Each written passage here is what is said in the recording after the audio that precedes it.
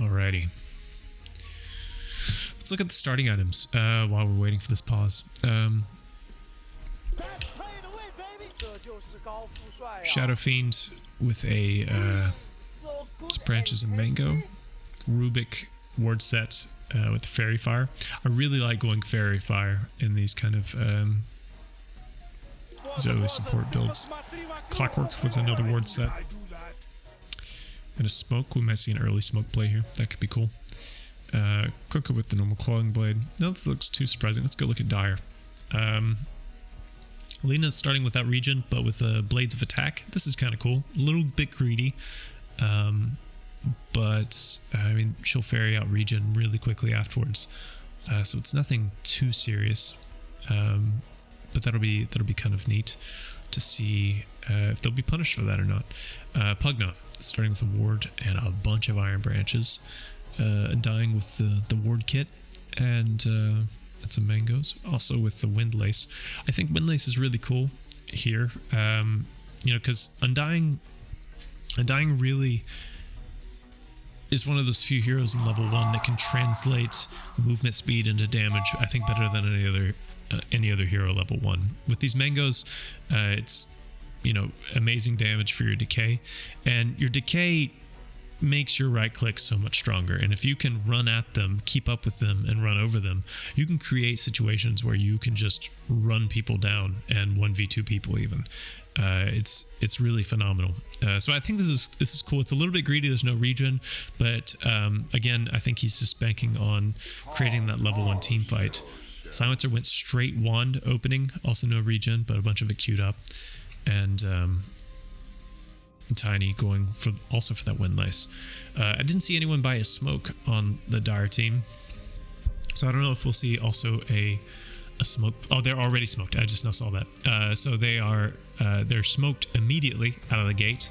They're ready to go. So this is actually really exciting. We're going to see where they're going to play. We've seen some pings come out now about where not to go, and I think we're going to see a really fun level 1 fight breakout here, because this is what all these items tell me, is that we're just gonna fight. We're not here to farm right now. We're gonna fight level 1, we're gonna win, we're gonna buy regen, and we're gonna run over the game. That's what the idea is here, and I think that's pretty cool. And I think Entity bought a little bit more greedily here, expecting to do just that. So go in ready. All right, let's go.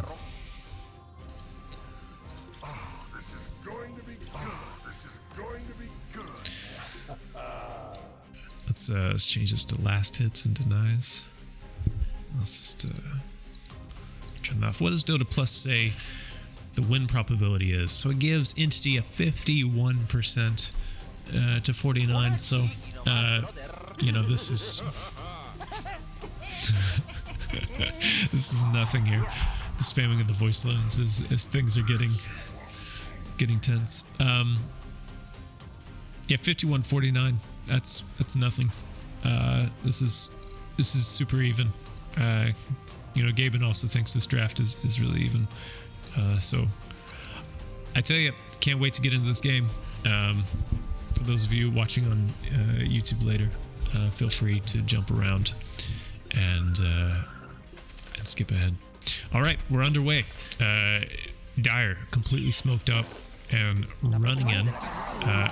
I really want to watch this Lina use this Blade of Attack to just really execute a lot of damage really quickly. So we have two groups going in at top and at mid. Let's see where this initial ward gets placed, right there in the mid lane. And we have one Dire ward here up on this high ground. This is a really cool ward for a level 1 fight because they tend to break out in this area if they're going to happen. You see the rune that's there, and it's really solid for seeing early game rotations a little bit later. So it's super useful. I think it's a solid spot for a ward. It's not super functional in the lane, but if you're planning to take this level 1 fight, it's really great for that. Some pings coming out, trying to kind of figure out what is actually going to happen. It seems like I know we were expecting like a wraparound kind of play with the build, but that didn't actually seem to happen. Either they kind of had a vibe, a feeling, or maybe it has kind of yet to come to fruition the way they want to play it. Undying holding all of his mana, ready to go at a moment's notice. And we're off. An even 2-for-2 bounty trade, and we're going to see the mid lanes battle it out with Sea Smile on the Kunkka, creep blocking mid. How's Stormstormer doing on his Pugna? Equally good creep block. I think Sea Smile wins the block though, and it's pretty even though. Entity farming top, still no region on the Lina, but the Undying being just a pesky little pest here, stealing strength and just trying to fight this brood, just being super annoying. And how's bottom going? Oh, Courier just out in the middle of the way here, and a tree gets thrown at it. It's annoying to have happen at the very beginning of the game, but it does happen. My camera keeps really wanting us to watch Lina here. Panda having to back out a little bit after using his Q, the old battery assault. Lane's getting shoved in, and you know, if we look at the last hits here, doesn't really look like Shadow Fiend's having an amazing time. Silencer is, you know, one behind him, but it's difficult to last entry through tower. This is going to push backwards now. Panda having to use a bit of his regen to, you know, to take these trades here, to keep Shadow Fiend healthy. Losing the Courier is always annoying. It's going to be a while before he can get more regen, but he'll be all right. Let's check mid how this is going. Sea Smile just got his bottle, and so he's going to be fine taking one of these water runes. And Stormstormer though, popping off a little bit with 14 to 11 last hits. You know, very close, somewhat negligible, but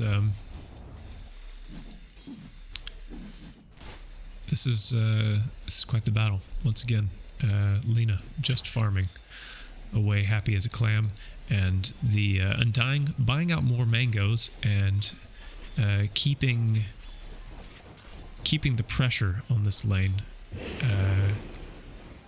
trying to keep up those strength stacks. He's at 16 right now, just keeping it very difficult. And the LSA missing right there, that would have probably been a first blood, to be honest, if it hits. Rubik stealing oh no, space there, but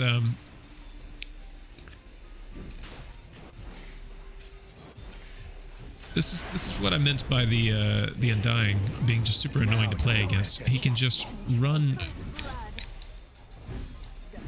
at them there, getting first blood there. But what also happened is that bottom Panda fell to the Silencer, to Toby here. We'll have to look at that a bit later after the game to see what happened.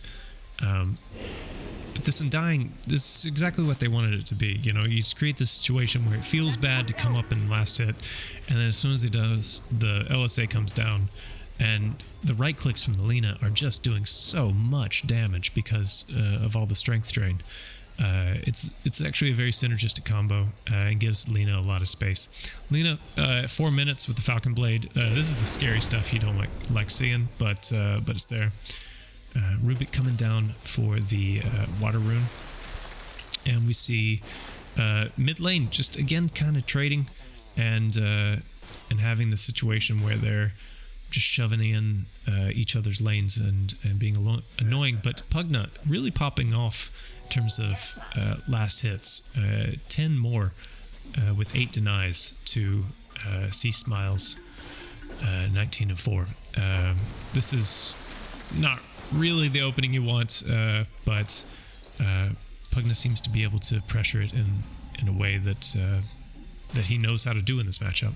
Let's check bottom again. Panda, I didn't see it when he died here earlier, but I'm assuming this death came from the lack of regen, losing your couriers early. He didn't have any tangos left, and so that was really difficult.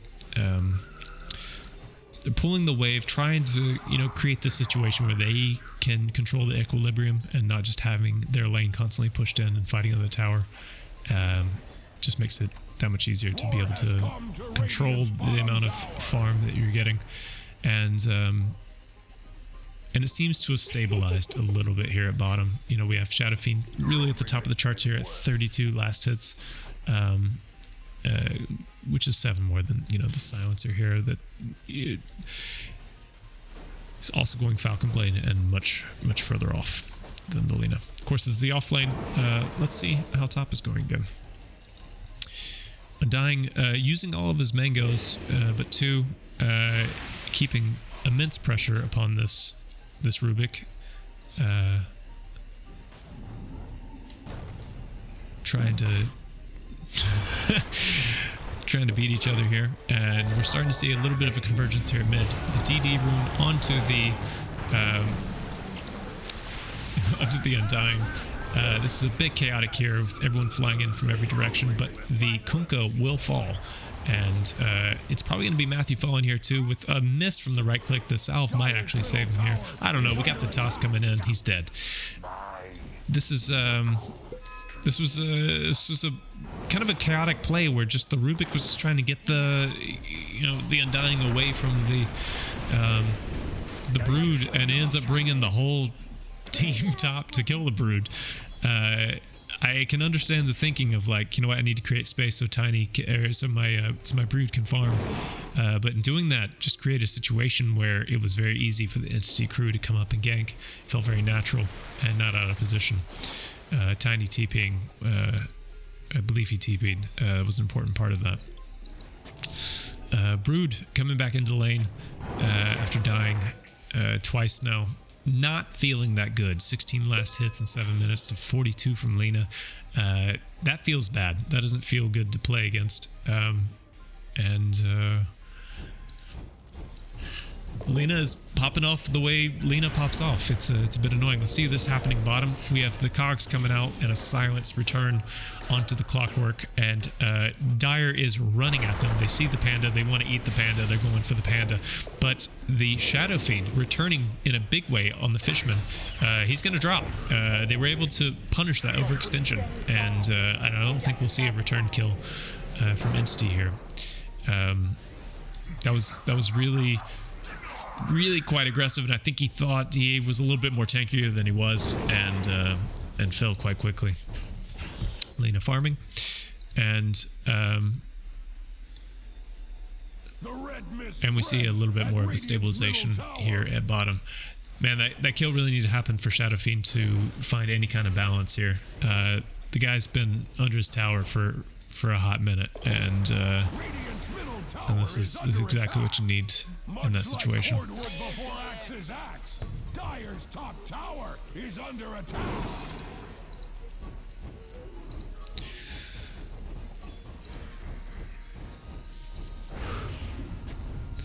Going down the bottom, we're seeing this lane get really pushed in from Dire.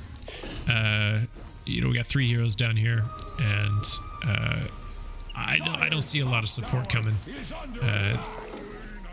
Bit of sparring, saber rattling coming over here in the jungle, but I think Radiant, I think EG understands that this is not really the place where they feel strong on the map, and instead would fight mid. Bit of a fight here happening chaotic punishment back and forth with Pugna, and the silence is coming out, the global mass TPs, tombstone dropped, and kind of a big reset overall for how the fight is transpiring. A bunch of skills used, and nothing really to show for it.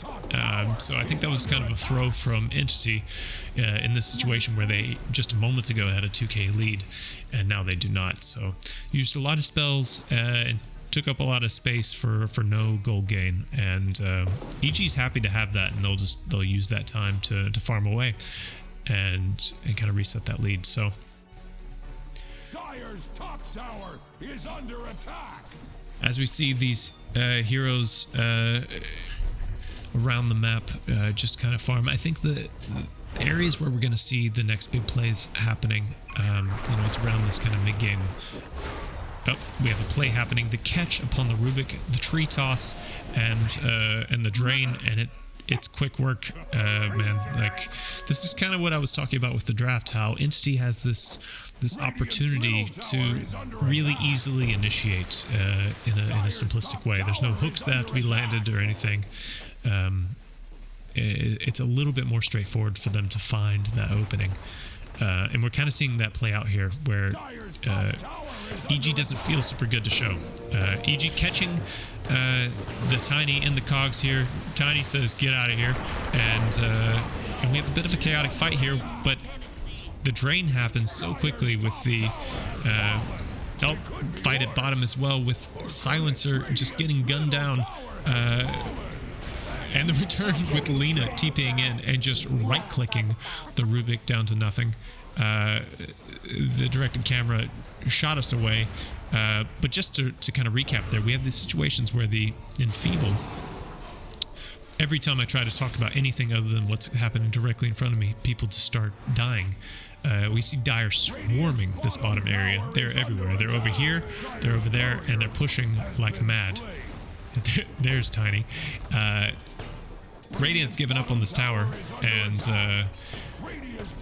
what I've been trying to kind of get at, though, is like these situations to actually burst the enemy as well. We have amazing synergy as well with Decrepify and the Guna Blade, but also the Tiny combo, and we saw just Panda just get completely obliterated that last fight. We haven't been able to see any kind of initiation because they're kind of underleveled. Panda's level 4, whereas Undying is level 7 over here. You're really feeling that lack of a hook in a fight. So there's kind of no way of initiation. The net worth is relatively even, but I think if we really pay attention to the levels here and just map control, I think we're going to see that increase a little bit more here as the map opens up. What I want to see here from EG is some really defensive warding. We're starting to see that here, so we can see these movements through the jungle and the river. But Entity has really aggressive wards in their jungle as well. So I think EG needs to be able to secure this vision and create situations where they can farm, and I would love to see them try to find that perfect initiation with the smoke, which we'll probably see in about 2 to 3 minutes. Panda playing aggressively here, trying to find some defensive wards in this area.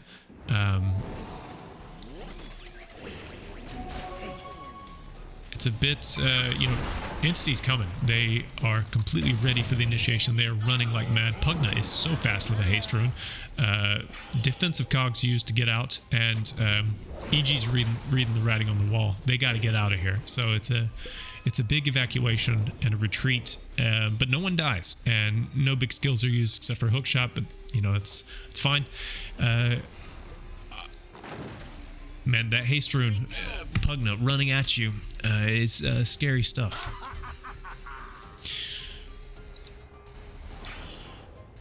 So right now, if we look at the net worth, we're seeing this Shadow Fiend try to keep pace with this Lina. He's kind of far behind, but he's not weak by any means. But he's going Yasha next.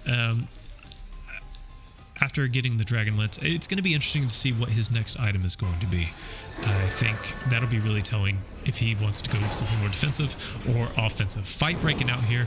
Again, it kind of diffuses with the cogs, where it's just the situation of they can't really proceed, and so they just kind of evacuate. This kind of saber rattling that's happening here, this little spars that happen in mid and top. This is all going to devolve into like a really big team fight when either team feels ready. I think right now they're kind of sizing each other up and just kind of waiting for some of their big skills. And the next item timing. Let's see what Lena's waiting on. Waiting on that BKB, just about 600 gold away. I think as soon as that BKB comes out, we're going to see a smoke happen. Speaking of smoke, it happens right then. We have the Pugna and the Tiny smoked up, and the Undying playing bait mid. They spot out Matthew over here, and we're going to see a play happen right about now. Lena's spotted, but the man is going to die. We have the Drain coming out with a Decrepify in the throw, and he just falls apart. It is a nasty combo. C-Smile reduced to doing some return shenanigans to push out lanes. That also feels really bad to still have your T2 up and have to make those kinds of plays. Very close to his BKB as well. I think this is really important for EG in order to find their openings and their opportunities to win this game. It's going to rely on correct and just accurate BKB usage. It's going to have to come after the silence, but also before the stuns. So there's a lot of awkward moments of it's going to feel good to BKB and then immediately feel bad to BKB. And I think Entity understands that, and if they can exploit it, I think it'll make the team fights easier. Silence coming out seems to be a bit of a bait or a misclick or a miscommunication.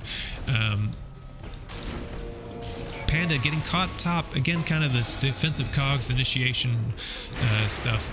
Are we fighting? Are we not fighting?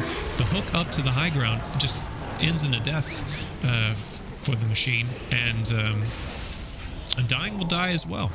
So kind of a supporty little trade here, and a retreat from Entity and EG. It kind of seemed like a strange fight. It was like a silence that happened, and then kind of backing out, and then actually, there was a fight, and it was kind of these awkward situations of everyone saying, no, don't go in yet. My BKB's on the courier. I don't know if that was what was happening, but you can see that kind of situation playing out, and they don't want to fight. It's like, whatever, go, I got it, We've all had those in our pub games, and it kind of felt like one of those do we, don't we moments where just you trade supports and you end up just resetting.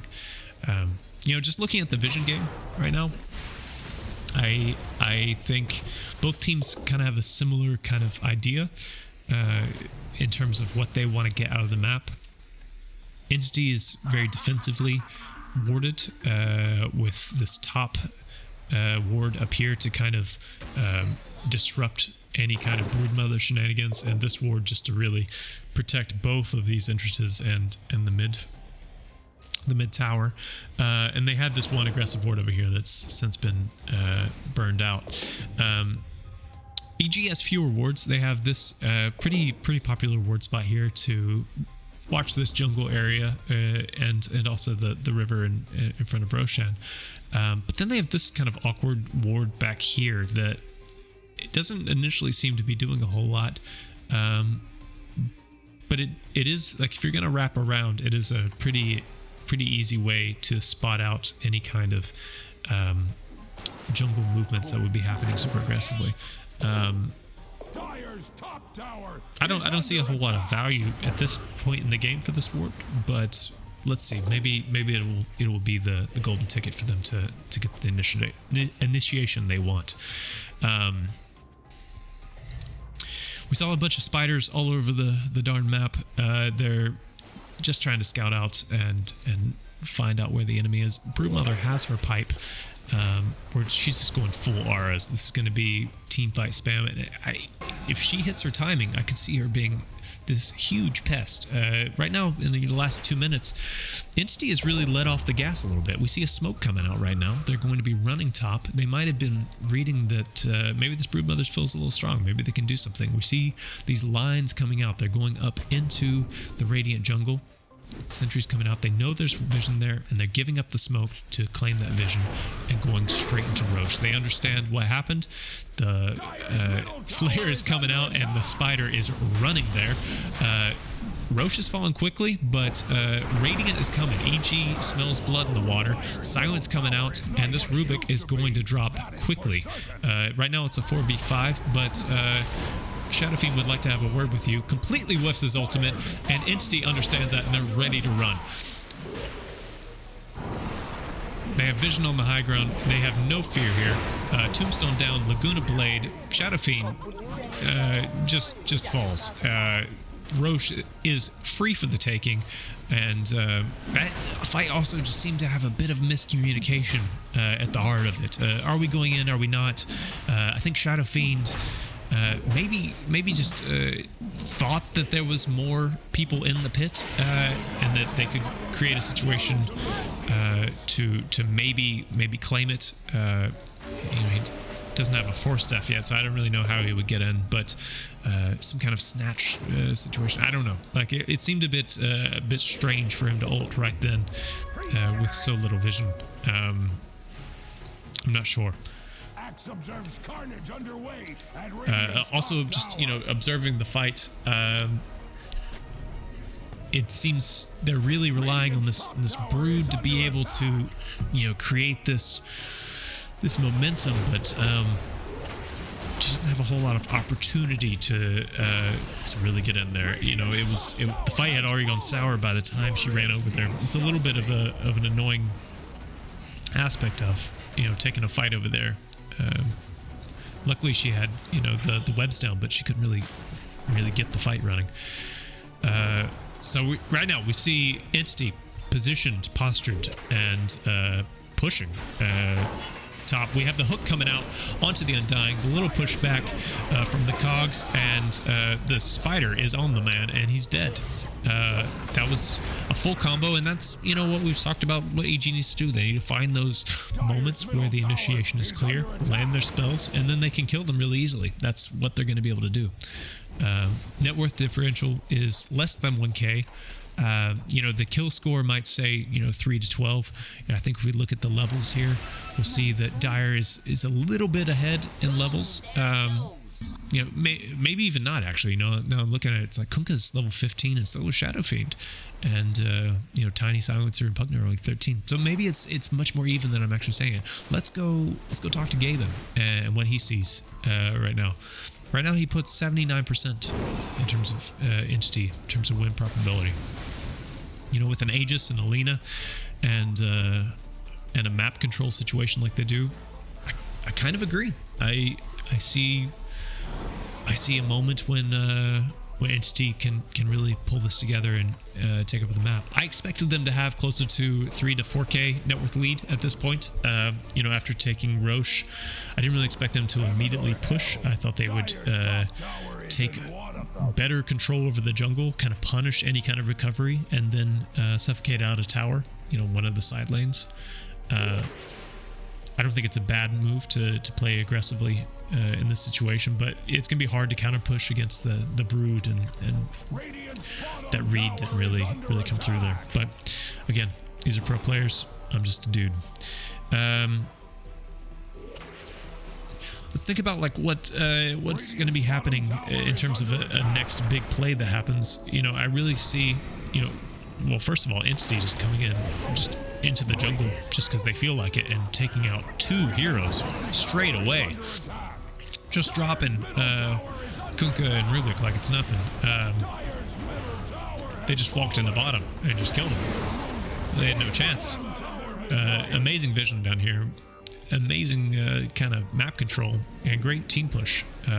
These heroes don't want anything else. And this is kind of what I was talking about in the draft as well, where this Shadow Fiend just never felt strong this game. It never felt really good to play. He's still waiting on his BKB. This Manta, it gets rid of a silence, but other than that, what does it do? Like, maybe that net worth should have just been a BKB? I don't know. I don't have the answer. But it has been a bit lackluster in terms of his ability to output damage. He's got a lot of net worth. but I haven't seen it really be translated into anything that that's noteworthy in team fights. And right now, their base is just getting knocked on, and he's farming, which is what needs to happen, but it doesn't feel good to be the other Radiant players right now. When most of your net worth is locked away farming instead of defending.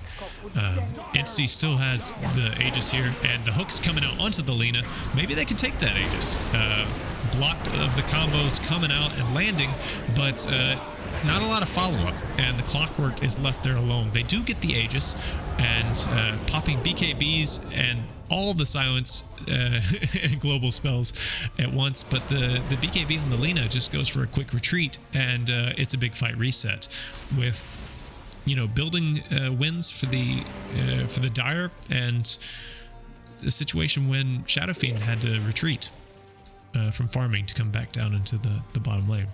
I will say EG has a lot of sustain, much more than I initially gave him credit for.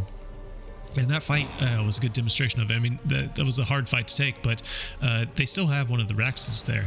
They were able to defend, even if they weren't able to defend everything. But they have immense sustain through the Kunkka ultimate and the auras from the Brood. And when they are this complete group, they do have a lot of damage to work with, just because they can survive long enough. Entity kind of recognizes that they're going to want to make a counterplay here, and they really play defensively, backing up. EG going for the smoke play. I'm not sure if Entity saw this or not, but it's you know, as they're smoked here, they're just hiding in the mid.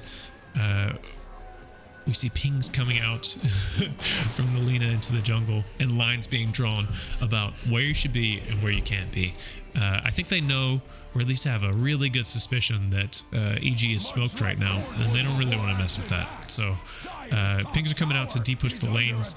I think they're going to full housekeeping mode to reset and wait for their skills and their next item timings. Speaking of item timings, we have a Gleipnir on Lina and an upcoming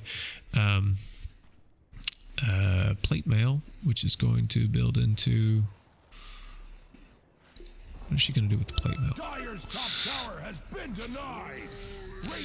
We'll find out. BKB coming to the Pugna.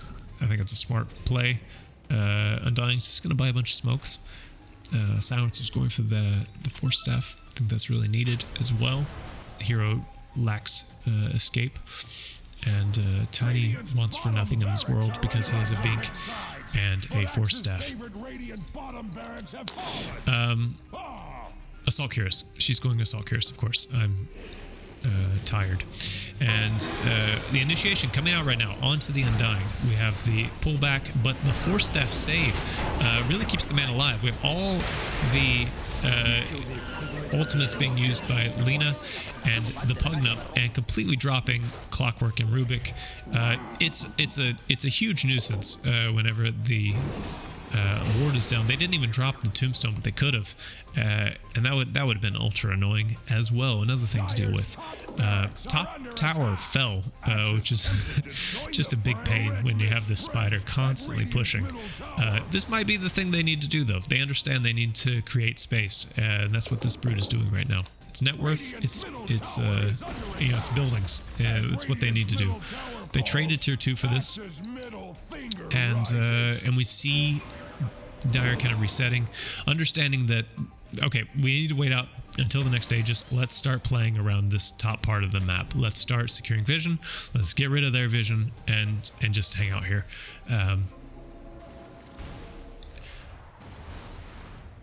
Taking back the their outpost and just trying to find these pesky spiders.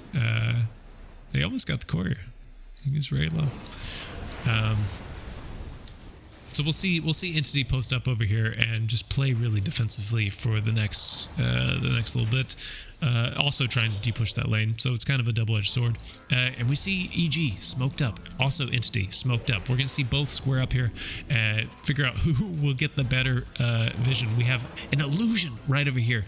I think they spotted out that's illusion. There's no way that's doing that little damage, but they pinged it out. I think they saw it. but good control. Entity coming around behind for the wraparound play. They drop the tombstone, and BKB is used by Kunkka. He's going to reset, but what's he going to have in the team fight? Because Entity's coming, buddy. And maybe they're not. They back up. I really expected the shorter BKB usage there to translate into to really rush play, but I think Entity said, fine, run that way. We're going to run towards the Ancient and shove out those lanes. Roshan's up, we know that. And it's kind of an awkward trading of positions where Dire is on Radiant's Hill and Radiant is on Dire's Hill. Just trying to figure out where each team has vision and to control Roshan. Top is constantly being pushed in by these spiders. Mid's being pushed in by the supports. And the bottom tower already fell. So we're seeing the teams being hooked, pinged out. We might see a hook here. But instead we see a Gleipnir and a Toss and a Silence, and there's no BKB for the Kunkka, and that's what I was talking about. Entity is coming. Completely clearing all the vision. Entity sees a huge opportunity here to go for Roche because there's no opportunity for rebuttal. The Kunkka is a pretty important part of their team fight repertoire, where they can create the tanky sustain that they need to take the long fights because they can't out damage them. But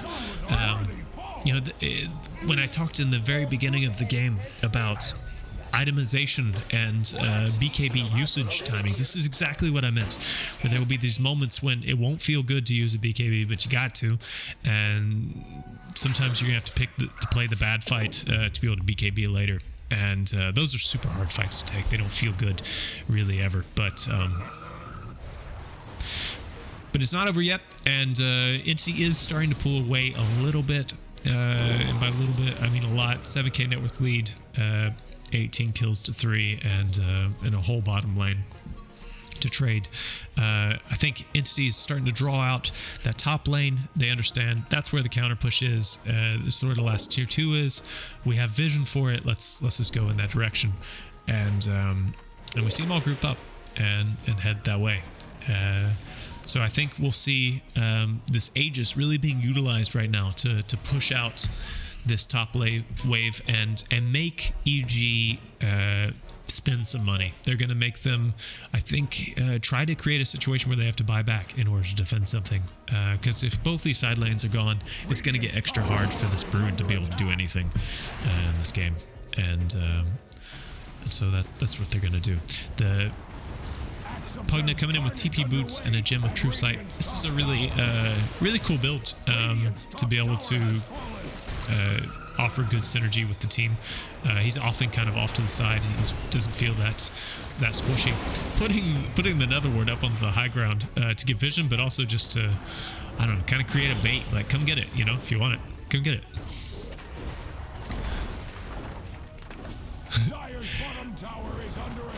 Just immediately decrypifies it, and this is just being annoying there. Dire taking the top tower. We see some counterplay from bottom, but I think the more important fights here, with all the little wards and tombstones dropped, it's just really difficult for Radiant to come in. We see BKB used, but BKB and run away just never feels good. The entire team fight coming out with the initiation. Clockwork is dropped with just a raining hell from this Lina, completely gunning down the barracks. We're going to see them go towards mid now, and it's going to be megas. I don't think there's a lot of rebuttal they can do here. Here's an ultimate, but where's the damage? You kill the Undying, but what's about to happen next? We have a buyback from the Clockwork. Lina's dropped. That's Aegis used. This is the fight they've been looking for. This opportunity to take down the Lina. Lina drops. Silencer drops. This is exactly the fight they wanted. Entity overextended. They had to use one buyback, on the Clockwork or so. That's nothing, and the tower still stands. It's exactly what they needed to. Entity being really kind of cocky with their positioning. Lina was way up here. And you know, this is what Dota is about: creating those situations where your team can overextend, and that's exactly what they did. You know, EG's situation right now with their team fight relies upon all the synergy of their auras coming together to create a team fight that they can control the pacing of. And Entity doesn't want to do that. They want to burst people, they want to throw people, they want to make them sit under their tombstone and while they get shot at. And EG, that's not what they want to do at all. And so that was the first time we saw a really accurate ultimate from the Shadow Fiend, and we finally saw it pay off. We saw the Silver Edge play coming out. It's really effective for the Lina because it disables her passive. So it's a good pickup here. Short pause here. Seemed to have a crash or so.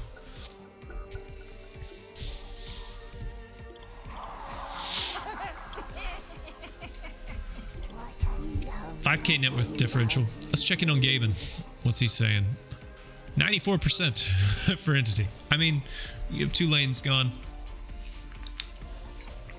It's looking dire, but it's also one of those situations where it's you know, it's SA Dota. I mean, this is the stuff you live for. These mega creep comebacks. You know, you fight to the bitter end.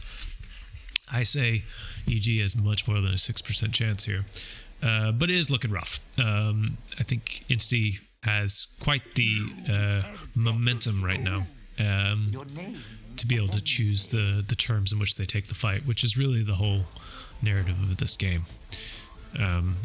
14 Ent stolen onto the silencer. Not anything crazy, but the shard is really strong. Good combo with the quiver as well. We have the stone on Rubik. We haven't seen any massive steals happen. At least I haven't been able to catch them. If they have happened, with Lightning Strike Array stolen right now, he seems to be going for an Aether Lens and a Blink. He's really had to buy defensively with his itemization, which, you know, with a Rubik, you want to go somewhere in the middle. You know, maybe you want a Force Staff, you know, something you use offensively or defensively, and then you want an Aether Lens. The Glimmer doesn't feel as good to buy, so it's a bit rough, but they had to do that the way the game was going. Kunkka, building out the Refresher next. I think that's really important. It's going to give him a second BKB. It's going to give him more boats. It's going to give him just more opportunities to do his spells. He also has his Ags for the Tidal Wave. That's really good for D-pushing as well, especially when you only got one lane left. So that's, I think, a smart itemization play here. Clockwork, another Glimmer Cape. They have a lot of magic resistance building with the pipe as well. Let's look at Dire. Going for that Assault Cuirass. That's an item I couldn't think of earlier. Pugna, no items queued up right now, but has a Force Staff and the Psychic Headband. It's a pretty solid build for the things that he wants to do. And let's see here.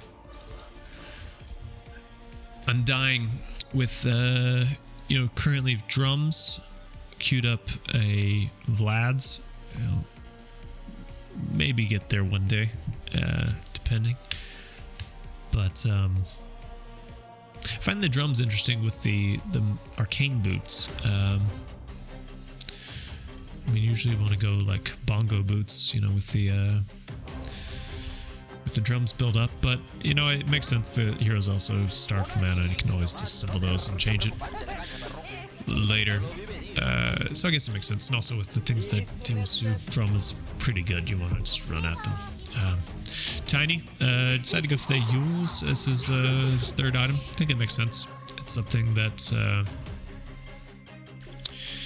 is going to get him out of some awkward initiation spots, or or also offer an extra kind of catch or disable if silence isn't available or something like that. So I think it's a good pickup. Also movement speed and mana, all stuff that Tiny likes, so it makes a lot of sense. I just realized that Silencer went Greaves. I don't think I noted that earlier. I think I completely missed that. That's a cool build. That's something quite... I don't want to say rare, but to have a kind of hybrid build like this with like a Falcon Blade, but then also Greaves, where you're dealing damage, but then you're also providing auras and a bit of tankiness. We're, I think, really walking into the Greaves meta. They keep buffing this item. They keep creating a situation where Greaves is just a no-brainer to have on your team. It has very few downsides. It's cheaper and cheaper, and this whole idea, of Dota just being creating situations where you want to make the enemy team overextend. Greaves is so good at this. It has this passive where you get all this extra armor and health regen. God, the voice lines. You get all this extra health regen and armor. If your health goes below 25%, which is exactly when often teams will smell blood in the water. At this 25%, you're ready to go. But that's the danger zone. With the Greaves, and they're actually stronger. And so it's such a good item. Obviously pro players know about this, but I feel like it's handed me so many wins in the past, and it feels good to use. You heal your team, but you also give them such a powerful aura, and it has that dispel on top. Like, it just does so much good stuff that I think it's always good to have one. Coming back in, everyone's connected, but we still don't have a game yet, so I think we're just looking into something. We'll see. In terms of neutral items, can we see? I don't think we can see which neutral items for any. Does it change? Oh, it does change. Okay. What neutral items are available? So we're still missing one from Entity. We have all the ones for EG. I find it surprising no one's taken the Paladin Sword. I guess no one really needs it. I guess no one's really building lifesteal in this case. I guess it could make sense for Brood to have, for the healing amp, potentially with the auras, but I don't know, it's kind of a stretch as well. Blaster Rig would be really good for Entity. If they took that.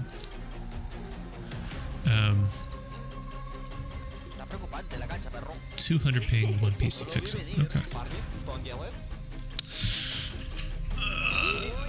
Again, for those watching on YouTube a bit later, you can just skip ahead to when this picks off. I'm just gonna poke around and theorize about items in the meantime. I think it's kind of the other side of like, okay, we're gonna go into a whole boot theory here. We talked about Greaves, but boots of travel. This item is really fascinating to me as well because it keeps changing. We've long had this the way it's set up now with the way it works with TP scrolls, but the cooldown being at 40 is really just almost busted. Just being able to move around the map less than once every minute, you can really just take over the game in impossible ways. You start to see some heroes that build that really, really early, but you feel so much pressure and you feel your map gets so much smaller when the enemy team has TP boots. It's really phenomenal. I just saw Clockwork has the 4-staff queued up. Really important build for trapping people in the cogs. I think he's wanted to build it for a while. And we didn't talk about this either with the Brood. Building the Hex. I think Hex is is kind of neat here. It creates a disable, that can interrupt the the heal from the lifesteal, and also just an extra catch, in case the hook gets missed, or or somebody is about to be killed, but they're like in the Shadow Fiend ultimate, like walking away, but they're gonna get away. It's that extra lockdown. It's also just a good item for killing Lina, because you don't want that hero collecting stacks and casting spells, so it's a really strong counter item for that. So I think Hex is a really important next step. This refresher will be big. I think we're far away from it. I don't think it's going to be anytime soon, but who knows? I mean, 5k, it's not that much. I've seen bigger swings. This has been the delay major, I say. Can talk about cosmetics.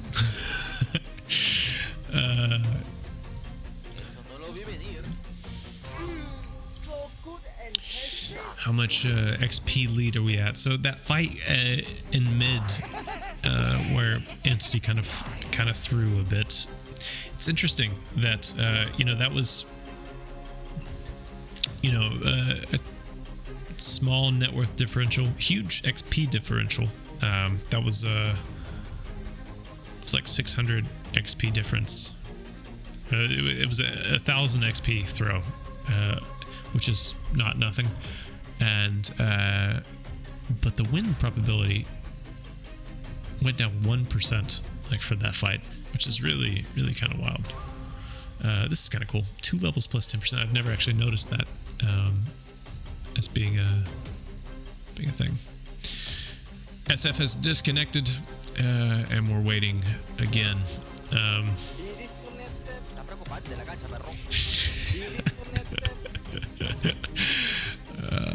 So spamming this voice line. I said soon ready. Okay. It's this hyped music. I feel like we got like it's not the Roshan music, but it's the pumped up music. It's not the chill music. And you get, when you pause, it just kind of loops into it. So it gets your blood boiling.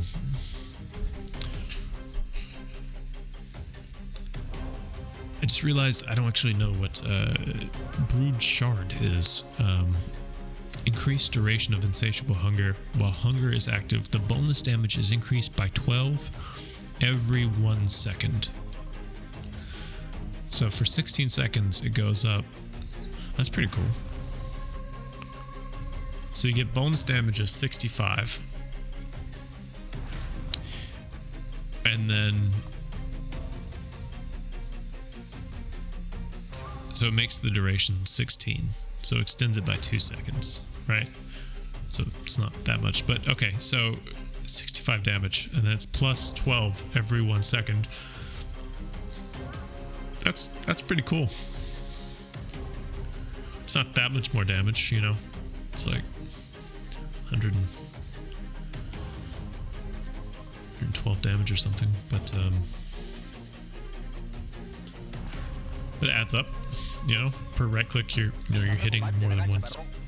It's great for pushing, I think. I mean, also team fight, because it's all 100% lifesteal. So that's kind of cool. What other shards do I not know? I know all these.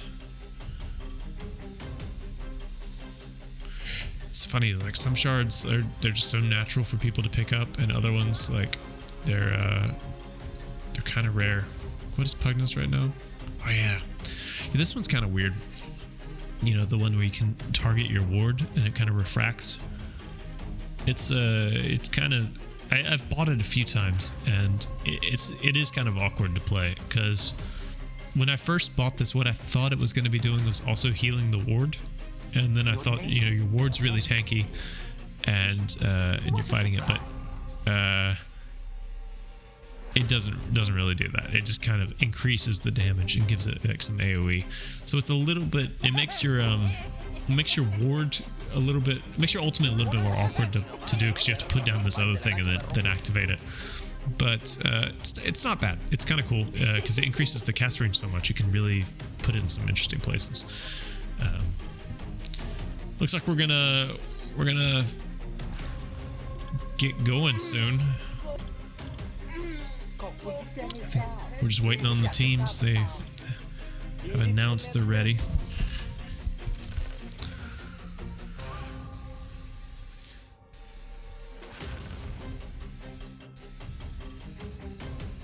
Tips coming out. I think they're ready. Come on, people.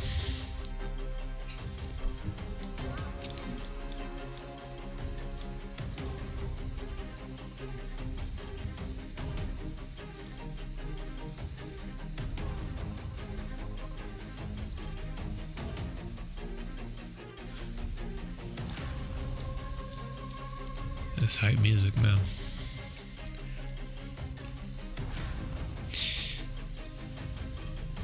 I wonder,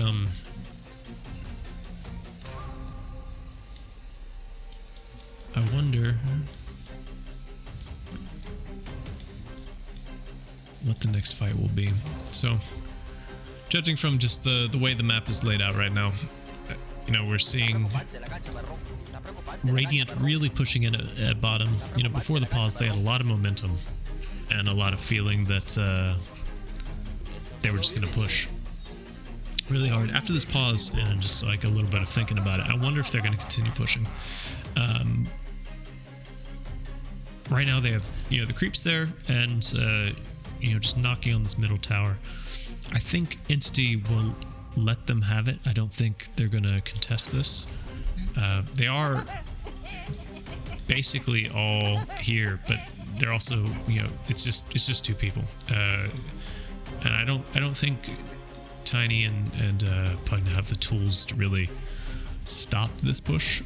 So this tier 2 is gone. That being said, you know, Undying is up in 6 seconds. He'll have Tombstone in 2. You know, a Tombstone up here with a ward down, it just makes it really difficult to push into this. You can create a really difficult line of defense in your high ground. So I see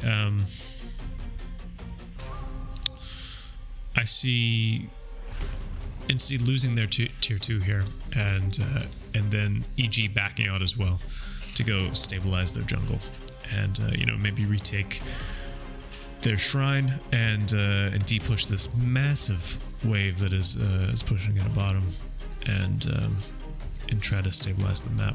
We're still got 4.5 minutes on Roshan, so it's going to be a bit of time before we see our man showing up.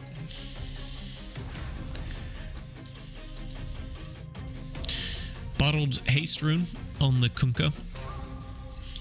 Could see an interesting, really aggressive X marks the spot play, and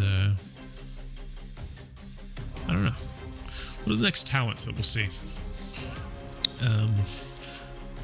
I always think the ghost ship fleet is the most fun one, but I don't actually know if it's the better one. But it's definitely more fun. When I play Kunkka and Turbos, I like going for that.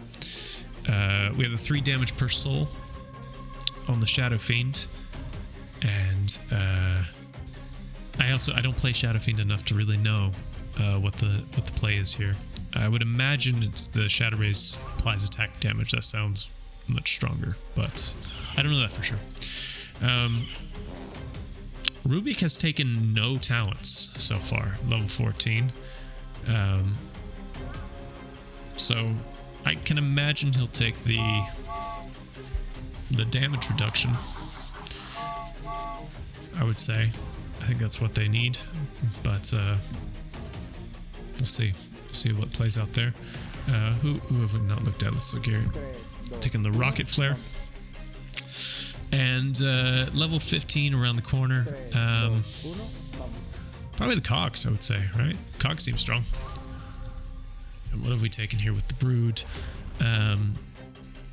At level 20, that's a strong talent. 25 agility or 400 AoE Silken Bola. Both those seem really, really powerful. Again, Brood, not a hero I play a lot, but we're coming back in, everybody. Welcome back. We're pushing down this tower. Fortification is used, and maybe Entity do a hold on this. I don't know. Maybe I'm speaking too soon. Tier 2's down, and Undying is back up. Let's see if this push continues or if it translates more into a jungle takeover. It seems like the little spiderlings are doing a little bit of baiting, and Entity is not going to be able to hold this top lane. We see the initiation and then the counter initiation with the silence coming in, and the entire top lane is completely gone. Tossed back onto the clock, but he's a tanky boy. He hasn't died yet, but give it a second and he'll die. So we see a trade come out there, you know, a bit of an awkward situation where not everyone was alive yet. They did the best they could, but the line is drawn down the middle. Everyone's alive. We're ready to go. Let's go down mid. So that's the situation we're in right now. This Lina is twitching and attacking like crazy, and we're going to see just a mad push. There's no other objective on the map. There's no Roshan. There's no Shrine. There's no tier 2s. There's nothing else to go for other than this mid tower. So everyone's just grouping tightly, ready to go. Clockwork's dead for 30 seconds. This is the opening, and we're going to see what happens here. Everyone's playing forward. We see the pullback with the tide, and the toss. Like, this Pugna is just getting thrown around the map constantly, but he's surviving. Lina going ham on the tower, pushing this down with the Pugna's assistance. It's going to be difficult to pull this one through. We got 9 seconds till the clockwork comes out. We're going to see some initiation come out. I don't know if Entity can get the buildings. I think they're going to be happy with that last tier 3 tower and then just reset and take over the map. Flayers coming out. EG might try to go for a smoke play here. This is an opportunity to maybe do a... Yeah, okay, we have a smoke. We're going to see a situation here where is Entity going to linger? Is it a fake back? Are they posturing? I think EG is just going to poke a little bit, try to get a flare out to kind of get an idea. They see them all there. They see it's bait. They see it's trap. We're not going to do that. Maybe we can go for a wraparound play. EG. Situating a little bit. They understand this is basically the whole game rests on this next fight that they take.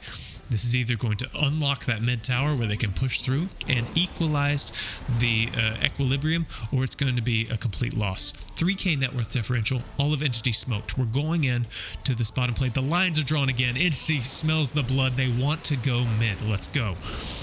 Drums used. They're running fast. They want to get that pick off. They see the spiderlings everywhere, but they're all smoked.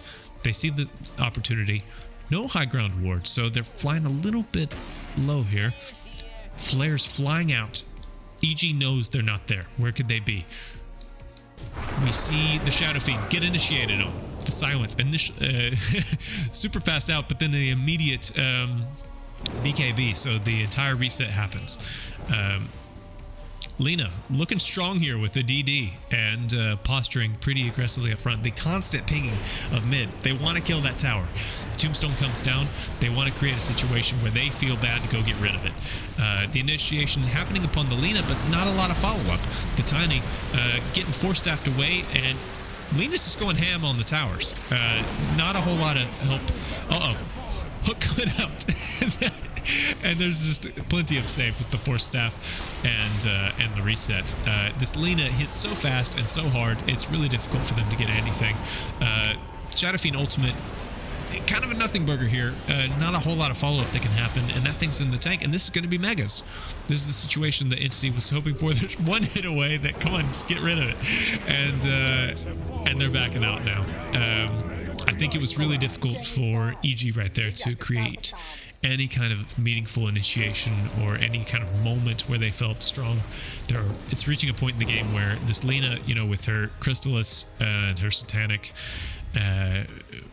she just has enough damage to sustain by herself that it doesn't matter how much sustain you have. She's going to right-click you down because she's right-clicking, frankly, so fast that it doesn't matter. And so EG's in a difficult place here.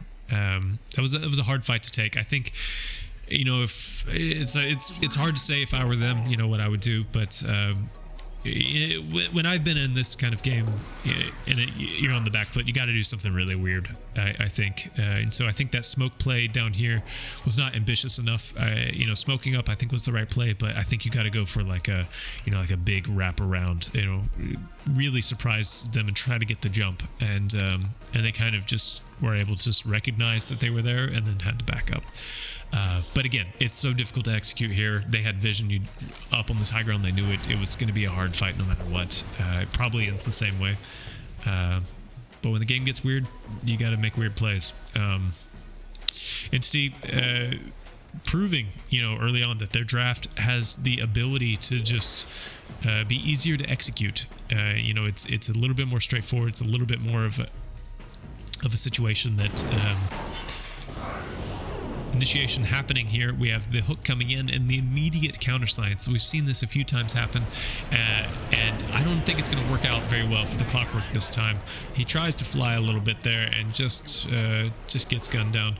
Over here we see the toss back. The Shadow Fiend is just getting worked. My camera is all over the place because this fight is massive, but the Pugna just heals him up, and there's not a whole lot that can happen. We have this giant torrential storm happening to absolutely nobody. Entity just kind of balling as a unit, understanding that this is the situation. They just need to not let EG farm, take over the map, take Roche, and end the game. And so it's all about minimizing mistakes and creating opportunities where your synergies can shine. So it's exactly what they're doing now, punishing any kind of extension and taking over the map to take Roche. And I think we'll see this be buttoned up really, really quickly. Not to say that, EG's toast. I think we could still see a really fascinating play. And I think if you're going to have to go up against Megas, I think having a Brood on your team helps. But we'll see. We see this fight happening bottom. They don't catch the Shadow Fiend. He gets out. I don't know if they saw that. Still pinging around looking for him. Pushing out bottom. It looks like they're positioning to try to encapsulate this. Whereas EG is trying to create a little bit of breathing room top to take that next team fight, so that they're not really getting surrounded by all sides.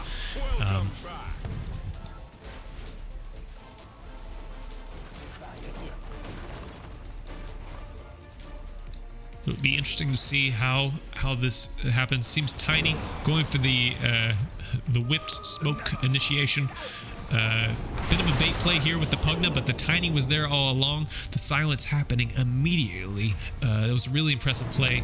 Rubik dying and immediately buying back, and the Pugna positioned really aggressively forward, but still BKB ready to go.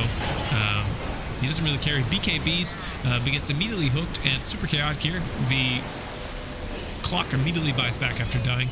The Gleipnir doing work, locking people down, and meanwhile the creeps and Lina are just hitting buildings. It's pretty rough.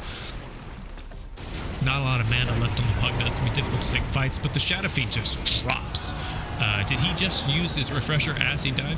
No, he doesn't have a refresher. Who am I looking at? Oh, it's this old boy, the Kunkka. We have another storm, but you get the Aegis, but you have nothing left.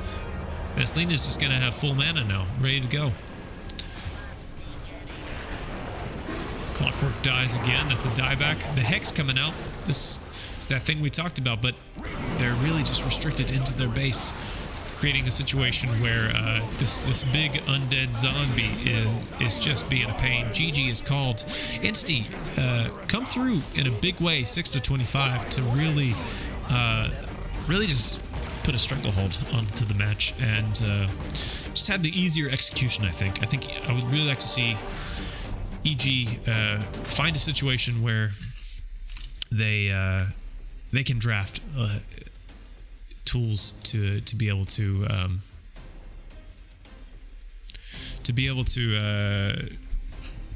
team fight and find those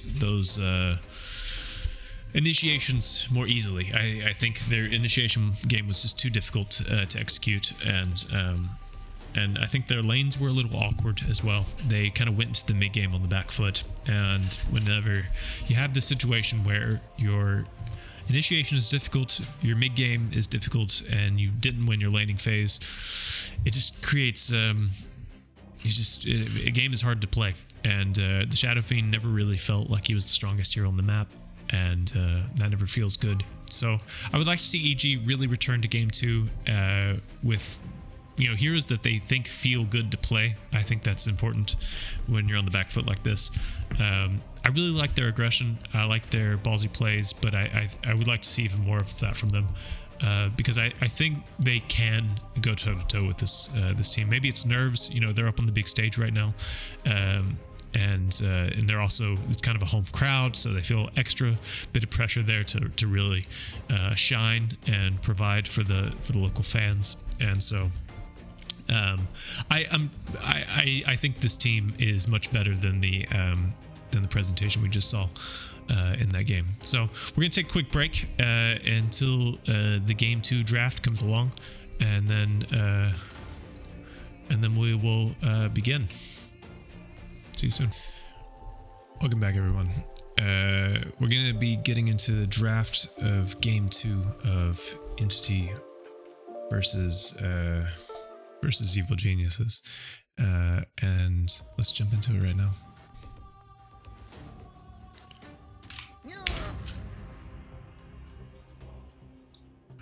All right, opening bands. Wow, the same bands from the first wave of Batrider and Timbersaw being taken out, respectively. We see a follow-up, EG banning Brood. This is a departure from what they did last time, and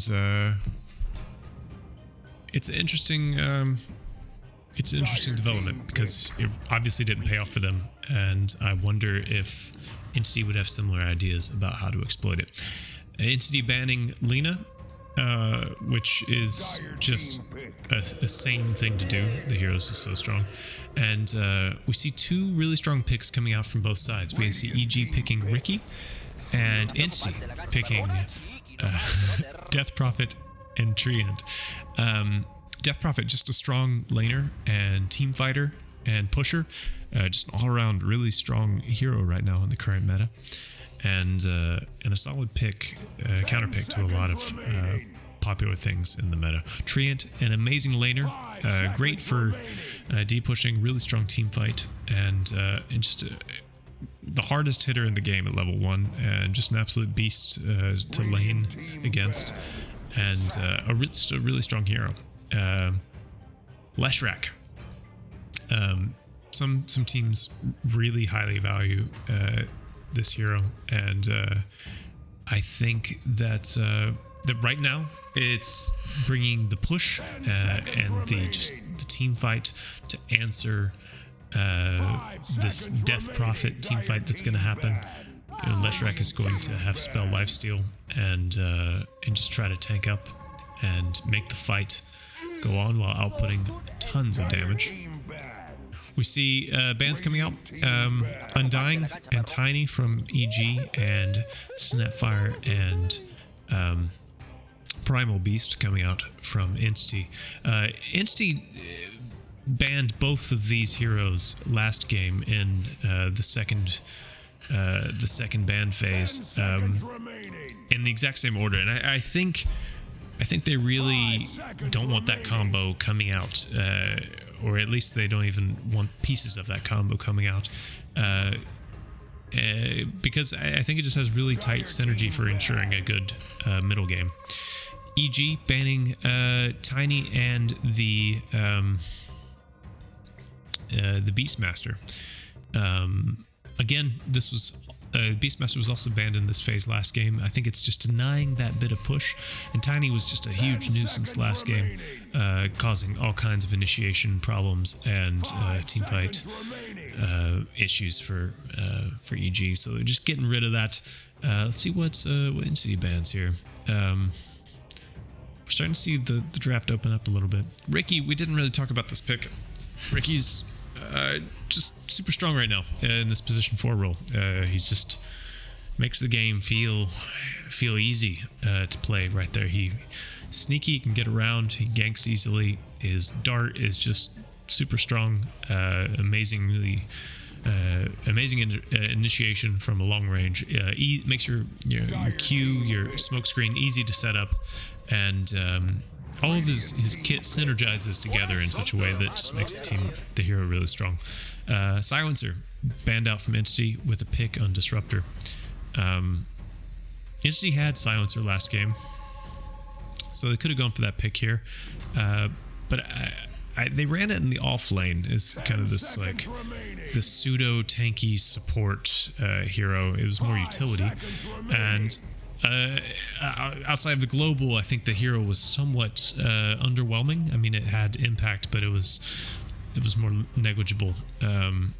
I think with Disruptor here, what they're looking for is this opportunity to really shut down and create a late game kill potential for this Leshrac. There gets to be this point where the Leshrac has the BKB and he just runs at you and kills your whole team. And there's this window where Disruptor can really mess that up. And so I see that as a pretty good pick. Disruptor has a good laning phase. They buffed his Q a bunch, and his right click is not bad. And he has good stack gain, good mana regen. Like the hero just is okay being out on the map. I think he's in a good place right now. And right now I see really good synergy with Treant coming in, rooting people with his ultimate or slowing them with his Q, and then Disruptor coming in and walling them in. And I see a good synergy with the support duo here to make some moves. Shadow Demon. Okay, so this is cool. So this hero is kind of rare overall. He's rare in pubs because he always accidentally pushes your waves and people get mad, and you can kind of grief your team if you bubble the wrong person at the wrong time. But the hero has a lot of powerful tools that if the team is working together can really cause problems for the other team. I like that it's some lane push, it's break, it's a save, and it's also a catch. The hero has a lot of capabilities that are really diverse, and I think it can fill a lot of roles here. So I think it's a cool pick. Really pretty special in the draft, and I wonder if Entity have prepared for this, because it is kind of a more rare pick. We see Enigma come out next. So I think what I'm seeing here from the pattern and kind of the Lego blocks clicking together for what a strong draft is. We have the team pushed, we have vision and utility, and the Ricky pushing the Leshrac, save and catch as well with the Shadow Demon, and we have a strong initiation with the Enigma. This ability to come in with your ultimate and just really mess up a fight. We'll have to see if the Disruptor is a thorn in his side or not. And we see the Nature's Prophet pick from Entity as a follow-up. The rebuttal here. Nature's Prophet is kind of cool here. Just in that it causes your lanes to be a little bit more flaky. You can really move around the map in unexpected ways. I think this is an off-lane Nature's Prophet, and this hero is also just kind of annoying in a way, in that he's just going to push your lane constantly, and if you make a move in any other lane, he's going to show up, and so it's difficult to ensure you have the numbers advantage. And I don't see a lot of initiation yet from Entity. I think that'll be a hero that they're looking for. Maybe it's not a off-lane Nature's Prophet. The longer I look at this, maybe that's the keystone that's missing. Maybe this is more of a right-clicker kind of hero. Not sure. We have Pango and Lycan banned from EG. That makes me think that EG also thinks this is not a off-laner, and that's what they're looking for. And Entity bans the Marcy. Also a bunch of utility and team fight, which I think would go EG's way. I think that's what they're they're looking for right now. They banned Chaos Knight. I think that would have been a strong pick for EG. You know, a team fighting carry that's tanky as well, that can frontline, because that's really what they want. Let's see what they end up picking for Entity. Yeah, something with their team that can create the situations to let their heroes cast their spells, basically. So we need a hero that's going to come in and make it easy for Treant to root them, or Disruptor to lay his ult, or Death Prophet to run around them with his ultimate. With her ultimate. So we'll see what comes out there. For EG, yeah, we're gonna need this right-clicking frontliner. I can see Lifestealer coming out. I see a Naga. Okay. I see Naga working as well. That's more push. It's illusions are annoying. They don't have. She doesn't have a great anti-illusion tools, and they pick really quickly. They pick a Darkseer. This is kind of what I was talking about. This hero that's going to enable them to cast their spells. You know, so we get a big vacuum into a Disruptor ult. People can melt. That's big. You can throw your Surge onto Death Prophet, send her in. It's a lot of capabilities. Going back to the last game, you know, I said the drafts were quite even, and the execution, it came down to what was easier to play. And looking at these drafts, I also find these quite even in a way. I don't think there's a clear outdraft here, but I think EG's draft is easier to play this time around. I think if Entity finds the openings, their team fight is going to run over EG.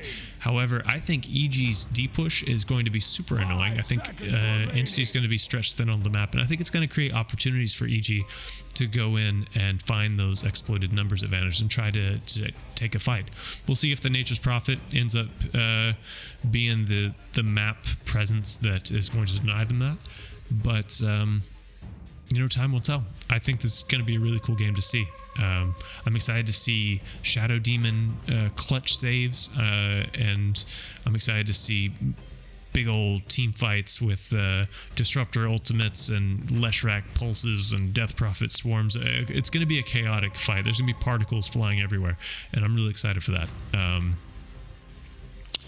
I think it's going to be cool. I think for important timings we're going to see, I think whenever the BKBs come out, there'll be a big window for EG to make a big push. And then I think if Disruptor gets an Ags, we'll see a second window where Entity can make a huge push.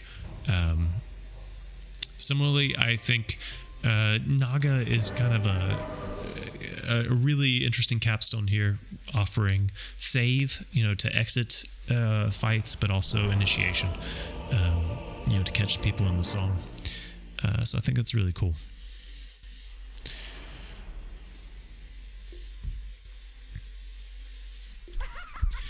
Starting again with a pause. EG's on Radiant again, Entity on Dire once more, and let's look at the starting items. You know, last game it was very much Entity going for a bit more of a greedy early game play, and they didn't actually end up taking the fight, but they were ready to do it. And let's see, Shadow Demon with a smoke, and let's look at top. Let's look at Dire. Going from Blightstone onto the Nature's Prophet, and Death Prophet, going a bit more conservative, I would say this time. Entity with a bit more regen, and I like this build on the Treant with the boots. You know, I talked last game about how the Undying really wants to run at people, you know, to create a situation where he can just spam his Q, his decay, and then just right click them and get as many as possible. Treant's kind of similar, except for he doesn't have a Q, but he has the highest right click in the game at level 1. And so he just, you know, boots mean more hits, and these more hits also kind of translate into a form of tankiness, because you can just run back into the trees and kind of do like a guerrilla warfare. where you're hitting for massive damage and getting it for free. So I think it's a cool build to start with. I think it can be a bit greedy in pubs, but if you have good communication with your team, it can be super effective in really securing early game momentum in the lane. So I think it's cool that he's doing that. We'll see how that plays out. What does the Dark Seer have? Going for a Quelling Blade and Mana Boots early, already queued up. I think that's just the build. Death Prophet going for a Null Talisman, and I guess that's the build for getting mana regen. And pretty standard builds queued up from everyone else. I don't know if we'll see like an early game fight or a contesting. I think we'll see a similar kind of situation the last game where teams square up, you know, defensively, but then just take their own team's ward a rune. And I think that's probably just the play. But we'll see after a short pause.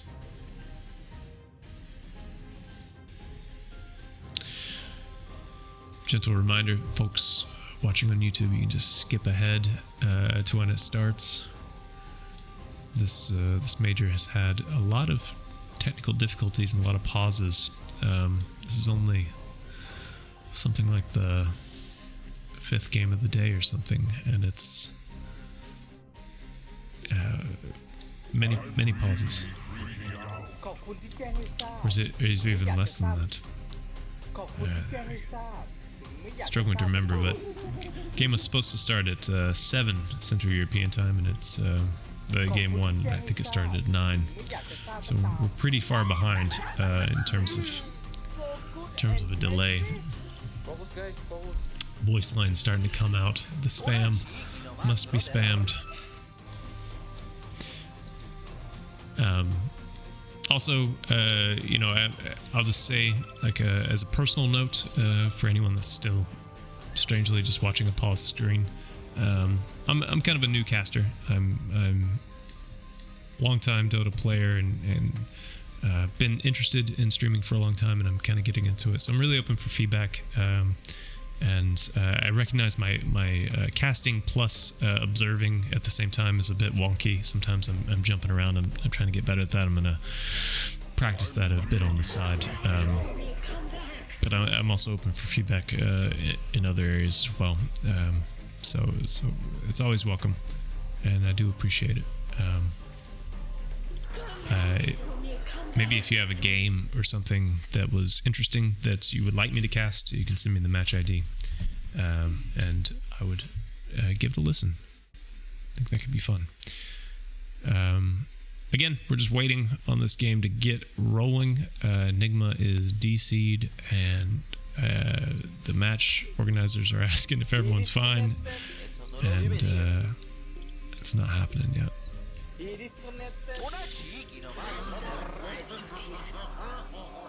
I'm excited for this game. I think it's gonna be hype. I think it's gonna be, you know, last game was all about correct BKB usage. I think this game is similar, but I think it's more about map movements. I think this game is going to be all about creating the bait. You know, making heroes be in the wrong position on the map and then exploiting that weakness. Because both teams have a lot of lane push, and so I think it's gonna be about watching that equilibrium, watching that lane push, and watching TP timers to find those moments to exploit an advantage somewhere on the map. Of course, BKB timers are a part of that as well. It will continue to be important, but I don't know. When I look at the game, that's how I read it.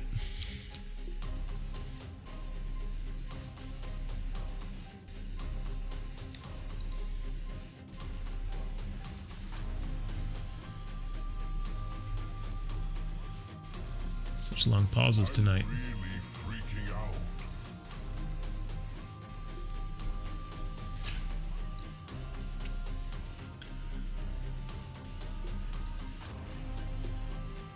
right, we got a reconnected team, and we got readies coming out, so I think the game will begin shortly.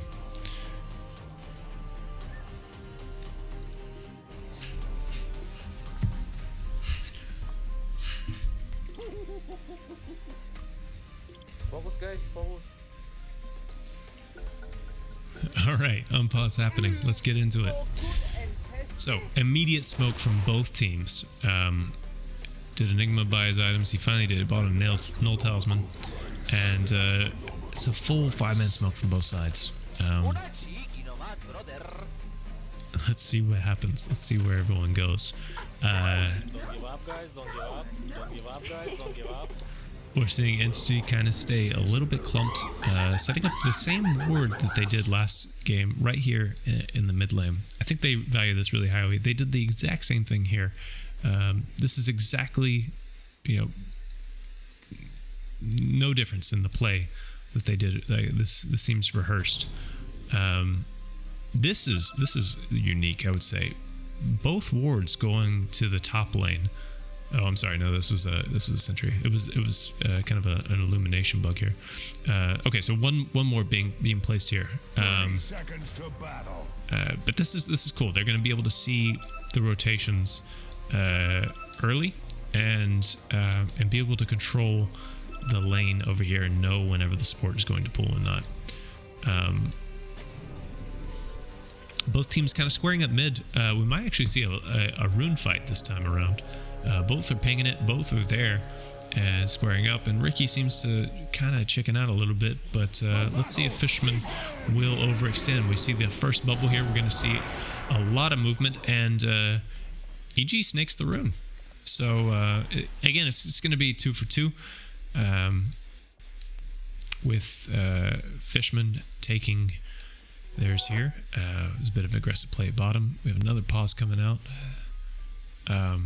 So again, an even trade. How did Gaben think about the rune, the win probability here? So before the game started, again, same as last time, 51-49, just giving an ever so slight advantage to Entity. And after that play, big jump in win probability to EG. Granted, it moves really fast in the beginning, but I find that surprising. Just after one rune to have such a jump. What does the machine think? Anyway, let's look at these lanes. We see some aggression coming out from the Ricky, but trading hits with Fishman, and right here the Nature's Prophet, just doing Nature's Prophet things and taking out. Somehow Fishman caught the courier here. I don't know if Matthew was just not paying attention, microing, but he was able to get that. We saw last game how effective an early game courier snipe can really be on controlling the pace of the first few minutes of the match. So it's never good to let that happen, but it's also not a game lost. Looking here, let's look at the last hits and denies. That's what we want. We can kind of see already, pretty balanced. I'm just missing the fights here. We see okay, so we see Whisper dropping to Watson, but seeing a trade there as well where Disruptor goes down. So as soon as we look away there was actually quite a bit of right clicks coming through, and Matthew quite low as well. He's got 6 tangos queued up, but he can only get them now, so he's going to be without HP for a little while. We'll see if we'll see another courier snipe or anything like that. But again, Fishman understanding that he's vulnerable, really trying to bully him out. In the mid lane, we see Stormstormer versus Sea Smile. The last hits are pretty equal, and Whisper taking down Fishman again. I think that's 2 kills on Whisper. So this is the start I guess you want. I mean, it's 1 death. It was first blood, but Whisper was out of position. Perhaps I should have been up here to see it, but I think he was being too aggressive at contesting the courier for this Ricky. He's just going to go back now and TP in instead of having to wait around. Because he knows that the disruptor will be coming in at 100%, and it would just be a trade. Let's check into this bottom lane. We haven't been here yet. We see the lane getting pushed in again. It's kind of a similar technique we saw last time, with this Treant just going ham upon this upon the Shadow Demon. This is probably going to be a kill here, and sure enough, it is. The Dark Seer just, doing Darkseer things and shoving in the lane constantly. So it's interesting kind of lane setup here, but this Treant is really a level 1 pain. You never like going against it, and he's just in general a strong hero right now. Feels good to have on your team in just about any draft. Mid's really getting shoved in. The Leshrac going for runes. And shoving in the lanes. We're seeing it really be balanced here, but Stormstormer slightly pulling away with 5 more last hits and a few more denies, but it makes all the difference being a level ahead.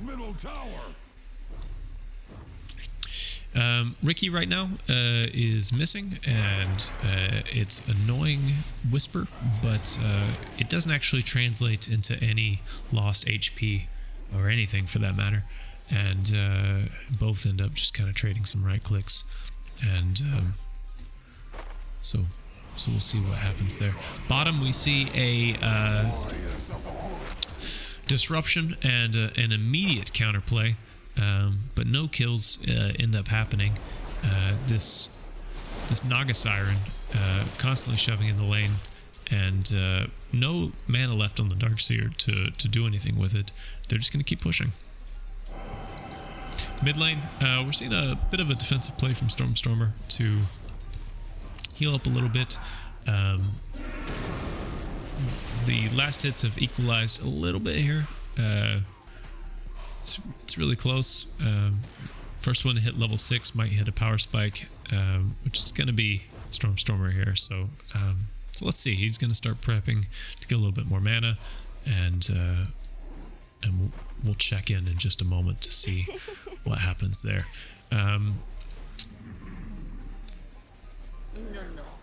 Nothing really happening bottom. Both just squaring up, waiting for someone to make a mistake. Stormstormer just at level 6, so we might see something soon here. He doesn't really have a lot of mana to work with to do a full combo, so we'll probably have to wait for somebody to rotate down. It looks like Matthew might be the first to make a play defensively. Stormstormer kind of sensing that, puts a ward down and backs up. Panda also coming to mid, kind of reading that Stormstormer's a little strong. And Whisper getting dropped by Watson. I keep missing these top kills anytime I look anywhere else on the map, because it's so brawly up here, but that seems to be where the action is. And he's right back at full health. So nothing really ended up developing mid. It was just a bunch of squaring up supports. We might see something here.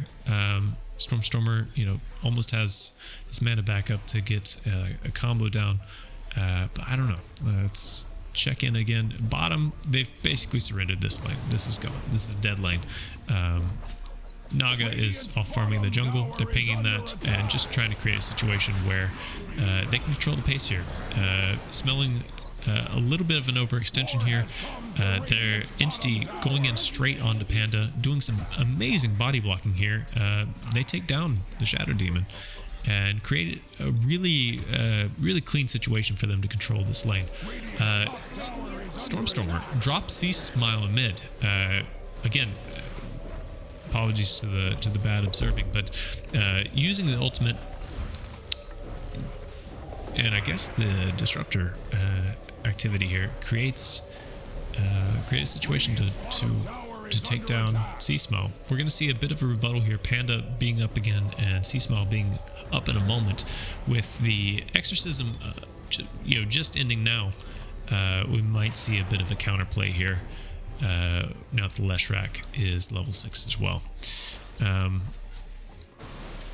Bottom, we might see a gank here onto the Naga. Sensing something's hinky, plays a little defensively, and mid, keeping the pressure onto this Leshrac, not really letting up, and just being annoying. Going back onto Matthew, he jumps to the high ground, and it's not a problem at all. How is the items for Nature's Prophet? He's going Midas, and boy does he almost have it. So that's going to be a big boon to his ability to farm and push lanes and take off into the stratosphere in terms of net worth. Speaking of net worth, let's look at it. And he is at the top. All of Entity right now kind of accumulating about 2k net worth lead, and it's showing. A little bit more tools to work with. Whisper's probably going to get Guy here again. Fishman claiming the last hit, securing it. But he's got expensive things to buy in the future, so it's worth it. Right now, I'm reading this as, Entity finding that easier laning stage, those tools for just creating good lane. This Treant and the Disruptor, this constant harassment that's hard to deal with. We're going to see a team fight right here. Treant, not yet 6, can't actually play to any kind of initiation. He's going to get punished here for being a little bit far out for his level. He gets killed, but the Ricky doesn't have a lot. The ults are coming out, and the drain plus all the damage is too much for the Leshrac, and the man drops. And Exorcism still has quite a bit of time left. I think they're just going to translate this into a push. We did not see a black hole. I don't fully know why. There wasn't really a lot of disruption for it other than the silence from Death Prophet, but still so much damage coming out, and the Ricky just evaporates. This Stormstormer on the Death Prophet is just creating just a nightmare for EG to deal with in mid. He's level 9, has the entire Dire team basically behind him, other than Nature's Prophet, who can just show up at any point, and he's just a huge pest to deal with, and they can't really do anything about it. Right now, C-Smile is 2 levels lower and has no real items to speak of, so we can see a bit of a catch-up game from EG right now. 5k net worth lead going 10 minutes in. We see a real departure. And Naga getting picked off at bottom. We just check in at top, and it's already over. Treant using his ultimate, and Darkseer using the wall. And it's makes short work of the Naga. Already a mechanism. Guarding Greaves around the corner for the Darkseer. This is huge. When we look at the offlaner, Enigma. Not even okay, just now getting the mechanism, and so maybe a similar kind of pacing, but without just I feel like the momentum of the hero. I mean, he is further along in his development, and also in levels. So we're seeing Entity create situations where they have amazing aggressive wards here. This feels really bad to farm here. Ricky's trying to just secure little corners of the map where Naga can farm.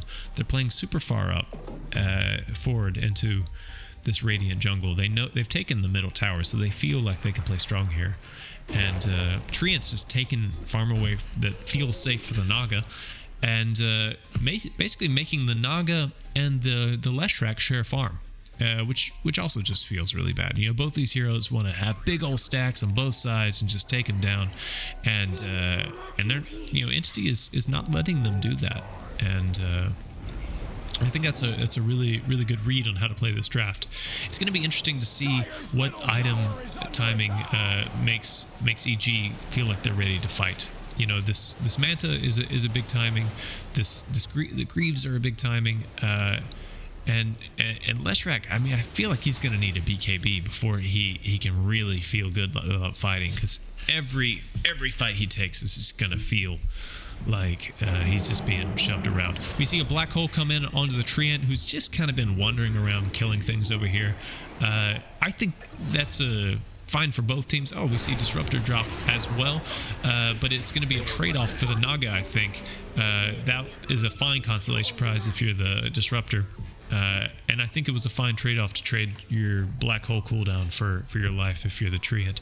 So I kind of breaking even here, I think, for both teams. I mean, EG doesn't want to lose that carry, but you got 2 kills out of it and some map space. But that map space just gets immediately translated into you losing a tower. So maybe it wasn't that good, and maybe that was a really bad overextension, kind of a bad read. I feel like I haven't really sensed the presence of the Ricky yet. You know, we're talking about item timings. You know, him having his shard, he's got enough money for it. It's a minute and a half. That is an important timing. But I don't. Is it enough? You know, having this one item to just kind of sleep from afar. I think Entity just waits it out. You know, they're smoking up right now. We have 3 smoked on both sides. EG is going to try to kill this treant again. And where's Entity going to go? I think they're going to go link up with him. I think they're going to go say, hey, try to live, buddy. We're coming. I think he'll die here. But let's see what the trade-off is.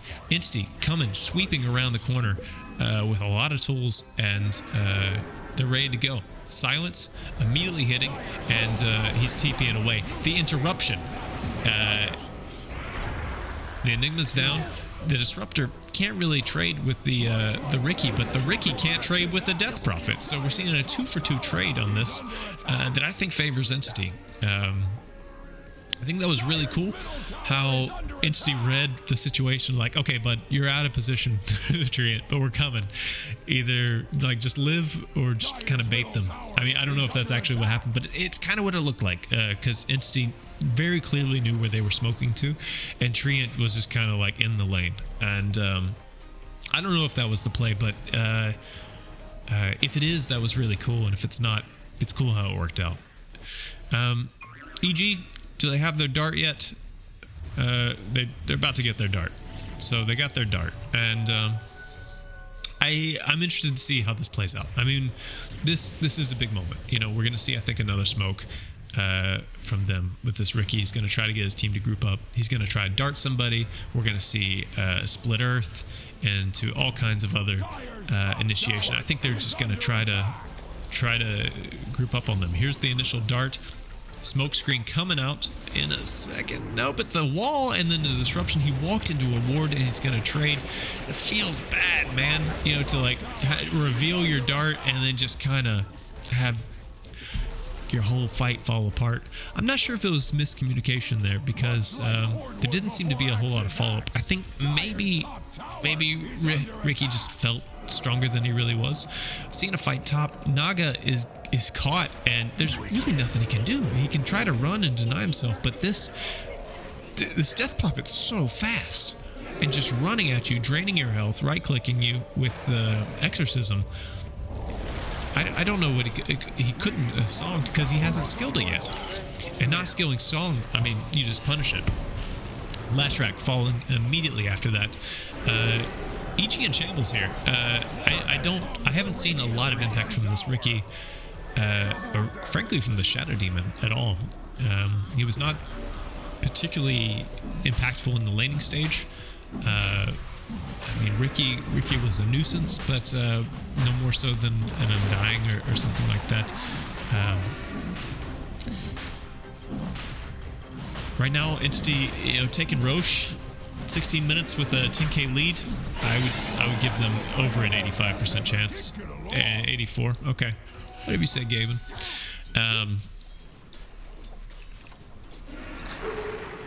Let's see here, though. There's still a lot of map to take over, and a whole lot of areas that can be overextended upon. And this Bloodstone hitting on the Leshrac, this is a timing. I think this fight could decide the next pacing for a while.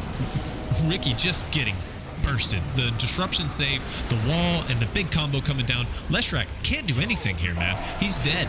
He has no way of getting out of it. He's completely trapped. You save the Ricky, but you give up the Leshrac. Is it worth it? I don't think so. I think you're going to lose a lane because you made that decision, but it also didn't seem very good to just let your Ricky die.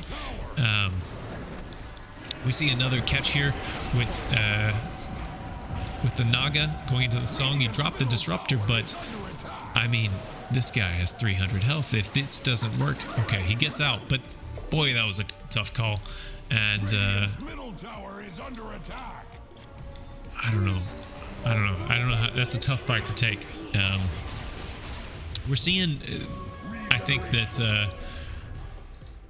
this Naga is going to need a BKB if he's going to make any kind of fight. He hasn't queued it up yet. Naga going for the Mage Slayer probably makes sense. They have a lot of magic burst, especially with this Death Prophet. I think that's the only way you can pump down this momentum is to, you know, kill the advantage. We're seeing a smoke come up. Death Prophet with the disruptor. They're pinging top. They're headed there. She has a blink, and so she's gonna find you, blink on you, and try to kill you. And I think that's exactly what we're gonna see right here. Treant can just get the initiation, he's toast.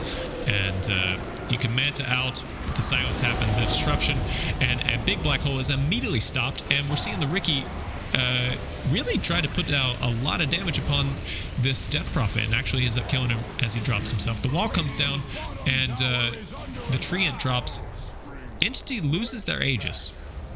The whole team fight's resetting. This is really important for EG. They have to execute right here. And Nature's Prophet has very little damage to output.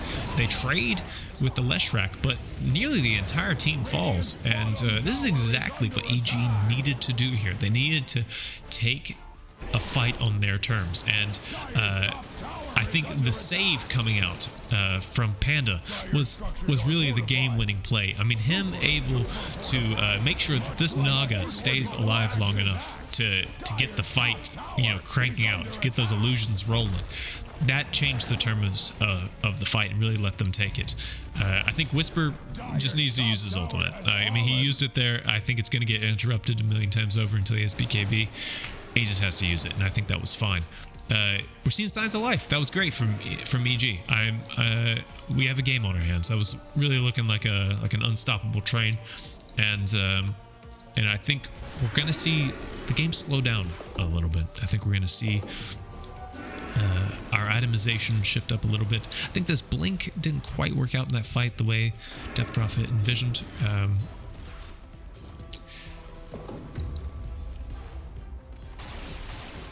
But the BKB, there's a huge gold influx given to the Leshrac in that fight. Nature's Prophet seemed a little underwhelming in that engagement. The Gleipnir, he was just too close to everyone for it to really feel good because they were just right-clicking him when he was right next to them. So, I'm a little unsure about. I mean, it's a great item, and I think it's the right build here, but maybe it's just the positioning that was a little bit bad. I think he was a bit ambitious on his location. Also going for a BKB, and Mage Slayer completed on Naga Siren, going for the heart. Now, this heart could be the item that really busts the game wide open. You know, if this Naga doesn't need saving, you know, if he can just outlive the initiation, and the save can be used on the Enigma or the Leshrac or the Ricky, that creates a situation where not just, you know, a trade, you know, for a 4 for 5 or a 3 for 4, you know, like this kind of team fight, but you wipe the other team because you've got all of your members that need to fight alive and ready to go. So I think that's an exciting item development. Darkseer, it'll be interesting to see what he goes for, if it's going to be more of a blink thing or something more R related, maybe in Vlad's or something like that. We'll see. Death Prophet Going for the BKB. Almost has it. We'll have to wait. We see a smoke coming out from EG. I think they're reading that they're going to have their item timing soon. They should exploit this momentary weakness, even if they don't have their items, but it might be the play to make since they have the Mage Slayer and the BKB ready to go on the Leshrac. So they actually have their items. They're ready to go. Let's bust the map wide open. Let's push mid. So that's what EG is doing right now. Let's see how they execute and how Entity responds. They're going for the long wraparound into the dire jungle. Jumping up, utilizing their skills. They might have the jump on them here. I mean, I feel like Entity recognizes the map is looking empty and hinky, and so they're kind of backing up really defensively. They see the initiation onto the Dark Seer. They're going for it. Mass TPs coming in. Can they kill this guy before everyone shows up? I don't think they can. They got the whole response coming in, the wall, the disruptor ultimate, everything, and the right click's coming out. Leshrac drops. Doesn't matter if you have a BKB. We're right clicking you, buddy. And it looked like Entity read that better than EG did.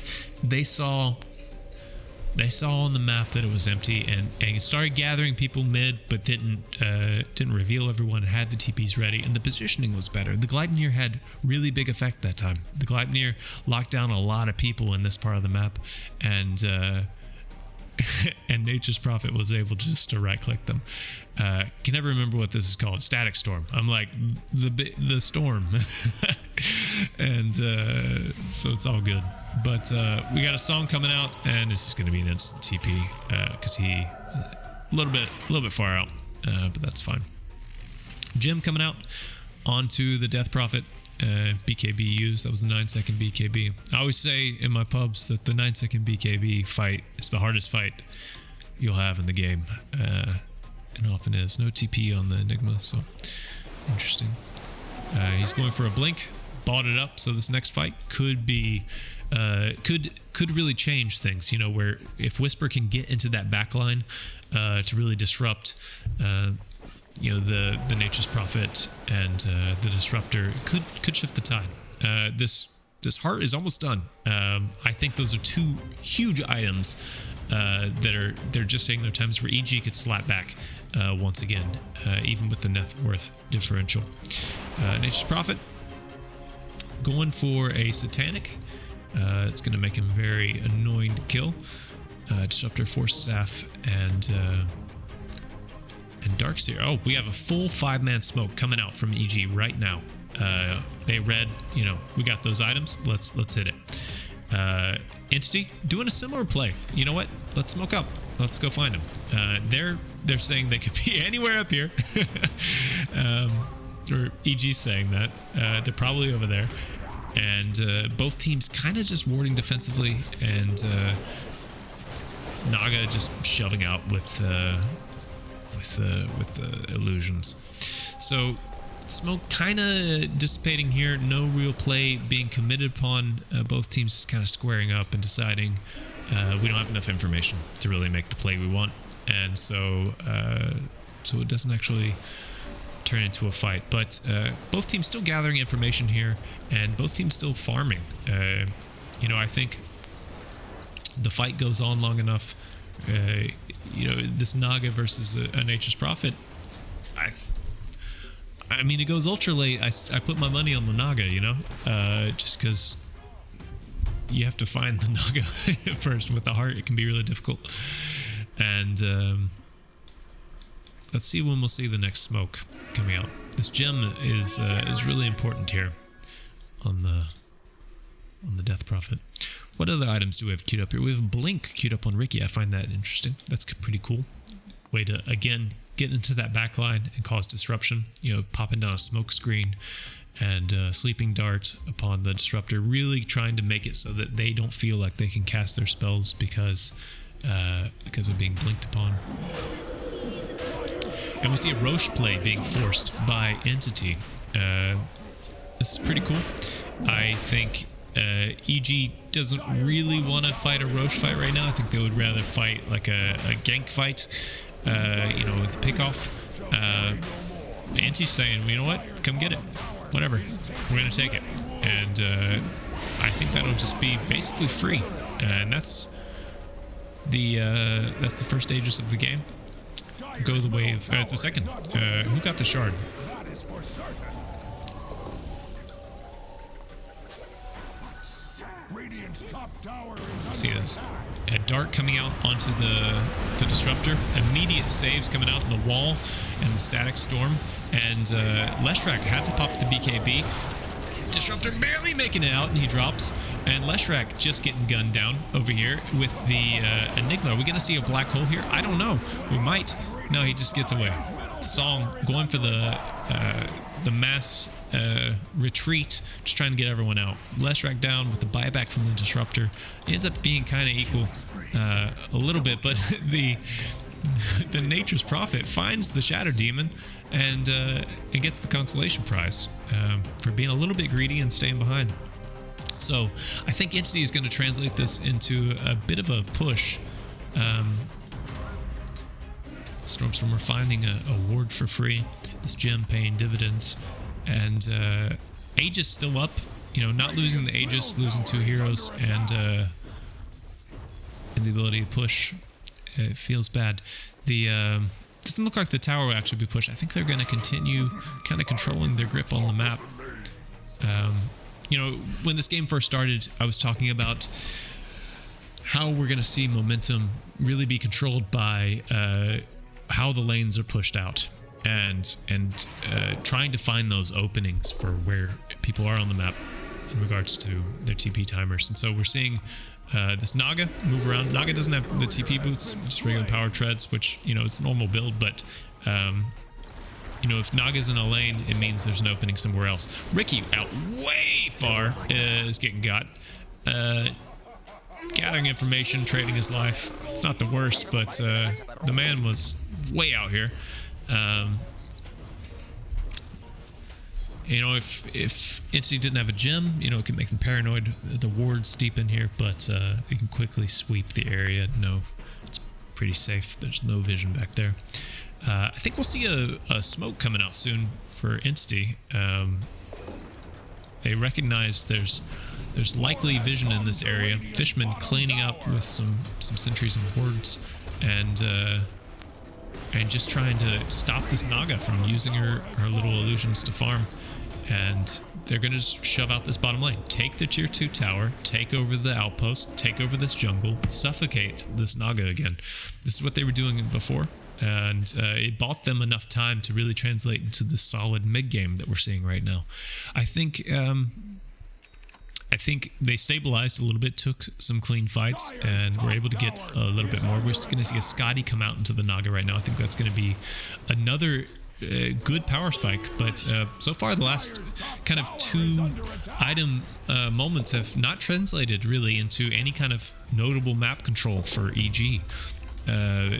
Most of these items have translated into trade kills or maybe a consolation prize here and there, but Entity is smoked up and running towards top. They see that Enigma is up there alone. Enigma's a little bit spooked trying to get out, but I don't know if he'll make it out of this one. Maybe with the blink he can orchestrate something, but the Treant doesn't really care. He's coming for you, but he gets out nonetheless. So the man is going to be fine. But the whole team is up here, so their Entity's probably going to translate this into a top tower push. Leshrac, you know, with the BKB last fight, it was pretty underwhelming, the amount of damage. I'm interested. He goes for a Ghost Scepter. Okay, so I was just wondering, I was like, what can he do to try to survive this a little bit? I think that gives him a little bit of an opening. It's a bit awkward to, you know, use, because if you get the timing wrong, you end up killing yourself. But I think it's going to be okay. We see some constant contesting of this shrine, and kind of, I think both teams recognizing that this Aegis isn't going to do anything, so we might as well just farm with it. Finding the Ricky again, but this time he gets away. He's a sneaky little one, and the Aegis will expire really shortly, and this game kind of slows down again, waiting for that next Roshan opportunity.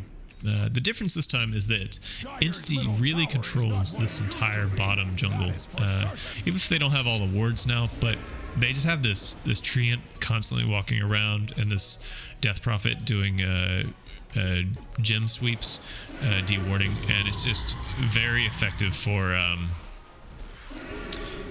just being disruptive for the farming patterns of the Naga. Naga with the Scotty going Bloodthorn next. Yeah, I think it makes sense, especially for pickoffs. You know, you're gonna jump on one person with all your illusions and try to blow them up, and I think it makes sense. We have the normal punch coming out from Darkseer. Love that skill. Super cool. TP boots coming out in the Death Prophet, gonna unlock that rotation ability in the map to create even more pressure in other areas. Daedalus coming out for the Nature's Prophet, even more damage. With his Tanic, he's incredibly tanky, so it makes a lot of sense. The Shivas here being huge with the gem for finding high ground. Treant being really tanky with the plate mail. That's pretty cool, especially in this. Like, the Leshrac kind of hasn't been that big of a problem, so just tank up. And what do we got here? Still working on that. This is pretty cool. The Psychic Headband on the Shadow Demon, amazing for just those long range saves, and going for an Aether Lens even more. Dude's going to be able to save people off screen, and that's pretty cool. I think it's going to be really important to have that that reach. Constant scanning out from this Death Prophet. Really finding any vision that's over here, and putting some super deep wards over here. And it's going to immediately pay off. They're going to find the Ricky. He'll get out of it. Or will he? The disruption happens, so he's like kind of stuck, but also not. He might tick out. I don't think so. Maybe he will. The man is pretty slippery. He's gonna live. Amazingly. Like, I really thought he was a goner. That was an amazing bit of counterplay happening from both teams. The disruption from long range, really good, but they don't find the ward. Oh, they do find the ward. They just can't get the ward. It'll be fine. This is the smarter play with the illusions. Illusions shoving out the mid lane, super annoying. Treant healing it up. It's probably fine. Lotus Orb ready to go on the Treant. This is actually really great for discouraging the dart. Purging any silence, and also stopping disruption, things like that. It's just really strong in this game. I think there's a lot of things worth reflecting or dispelling, and it's great for that. BKB coming out on Enigma. It's going to be a big timing to have that. I think the only things that can really interrupt it are going to be the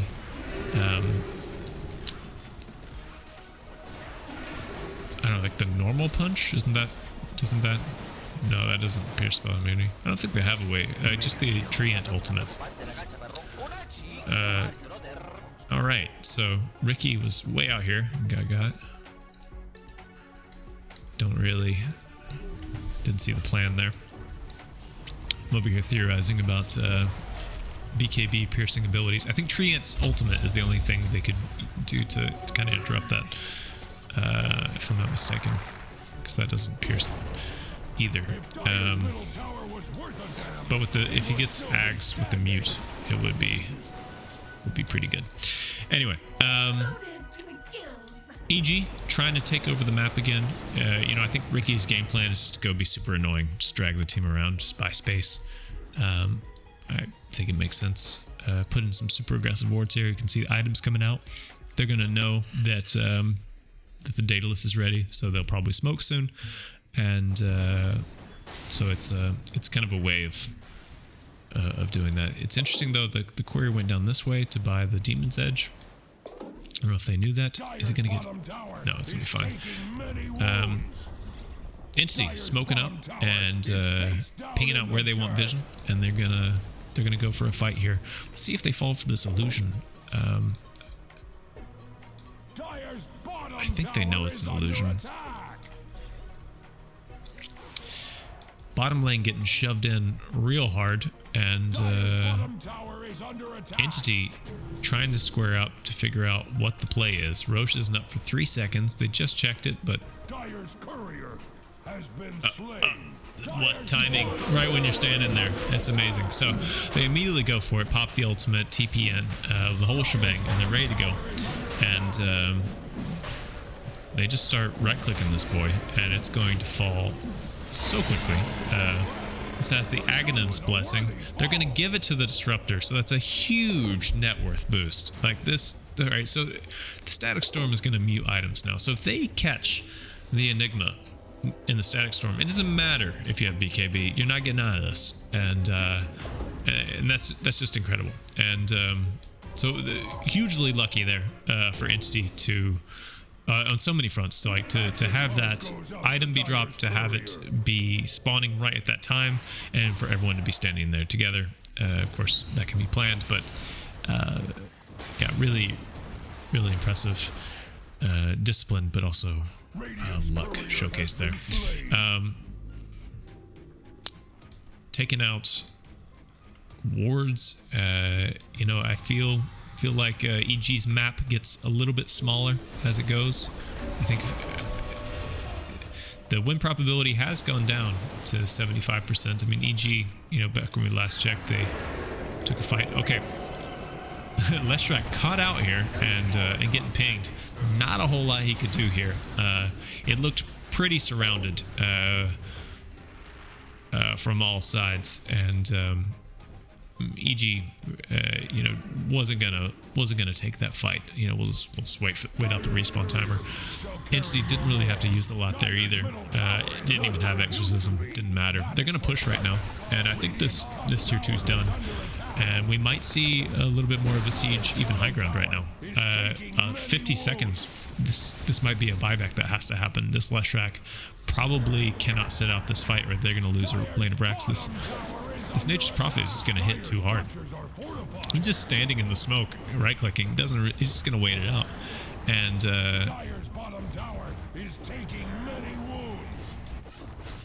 you know, Dire's illusions are pushing, but you know, this is. I guess it's pretty effective. I mean, it's going faster, but the illusions eventually take out. 20 seconds for Leshrac. Is he going to wait it out, or is he going to go for it? We have just a big old Lotus Orb, Nature's Prophet standing high ground, and that tower's going to fall. So high ground has been broken here.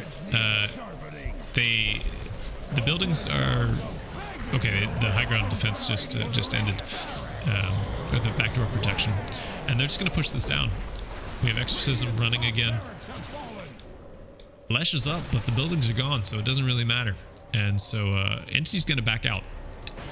We might see a counterplay here, though. We have the sleep come out, but is it a bit of an overextension? Are we going to see a song offensively here, or are we going to save it for a... We're going to see a wall. An immediate BKB from C-Smile, but the right click is a lot. Stormstormer out a little far, but he can BKB, and the silence with the mute, there's nothing you can do. We see the song coming out with the black hole. This is a massive combo. We're getting 3 boys. The Disruptor is down, but there's no follow-up. And so we're just seeing this Nature's Prophet now, BKB, just right-click the rest of EG.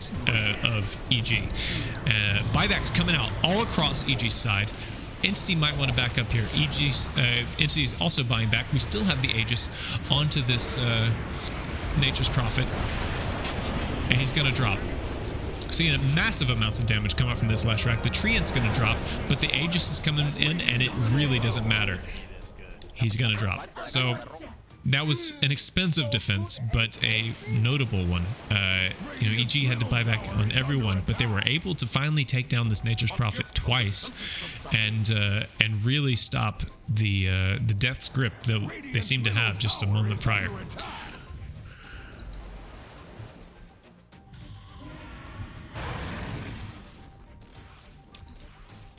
Dire's middle tower is under attack. I always like seeing how the itemization changes after a team fight. You know, people recognize what the actual problems were and what they're going to change. So we see that Bloodthorn was actually completed by the Nagasire before that last fight started. And we're going to see that full initiation happen right now upon the Nagasire. And he's stuck high ground, just getting right-clicked to death by all these illusions. And he's just going to drop. C-Smile over here is going to make the TPI. He gets it. It's fine. They don't really have an interrupt there, so it's not a big deal. And the lines are being drawn by Entity again, just right down the mid, just the same as last game. The Naga's dead. The Riki don't have buyback. Let's just go. And so they do. This tier 2 is for sure gone. Let's see what play happens to actually make any kind of notable high ground defense. We don't have a black hole for 40 seconds. But we also don't have an exorcism for 90 or a static storm for about 40 seconds. So there's basically no ultimates except for maybe the Treant. And we'll see how they defend it. It's a massive push coming in from the Nature's Prophet, just gunning down this building. It's not gonna laugh. The blink coming in handy for the Death Prophet. Surprise, you're silenced, but the bubble comes in, saving C-Smile. Isn't enough for the defense. They fortify right when it has 15 health. So the high ground is defended. Naga's gonna be up soon. They have to retreat. The Nullifier onto the Nature's Prophet. Interesting to get rid of the Ghost Scepter for the Leshrac, which was being a bit annoying before. So good counter itemization by Watson here.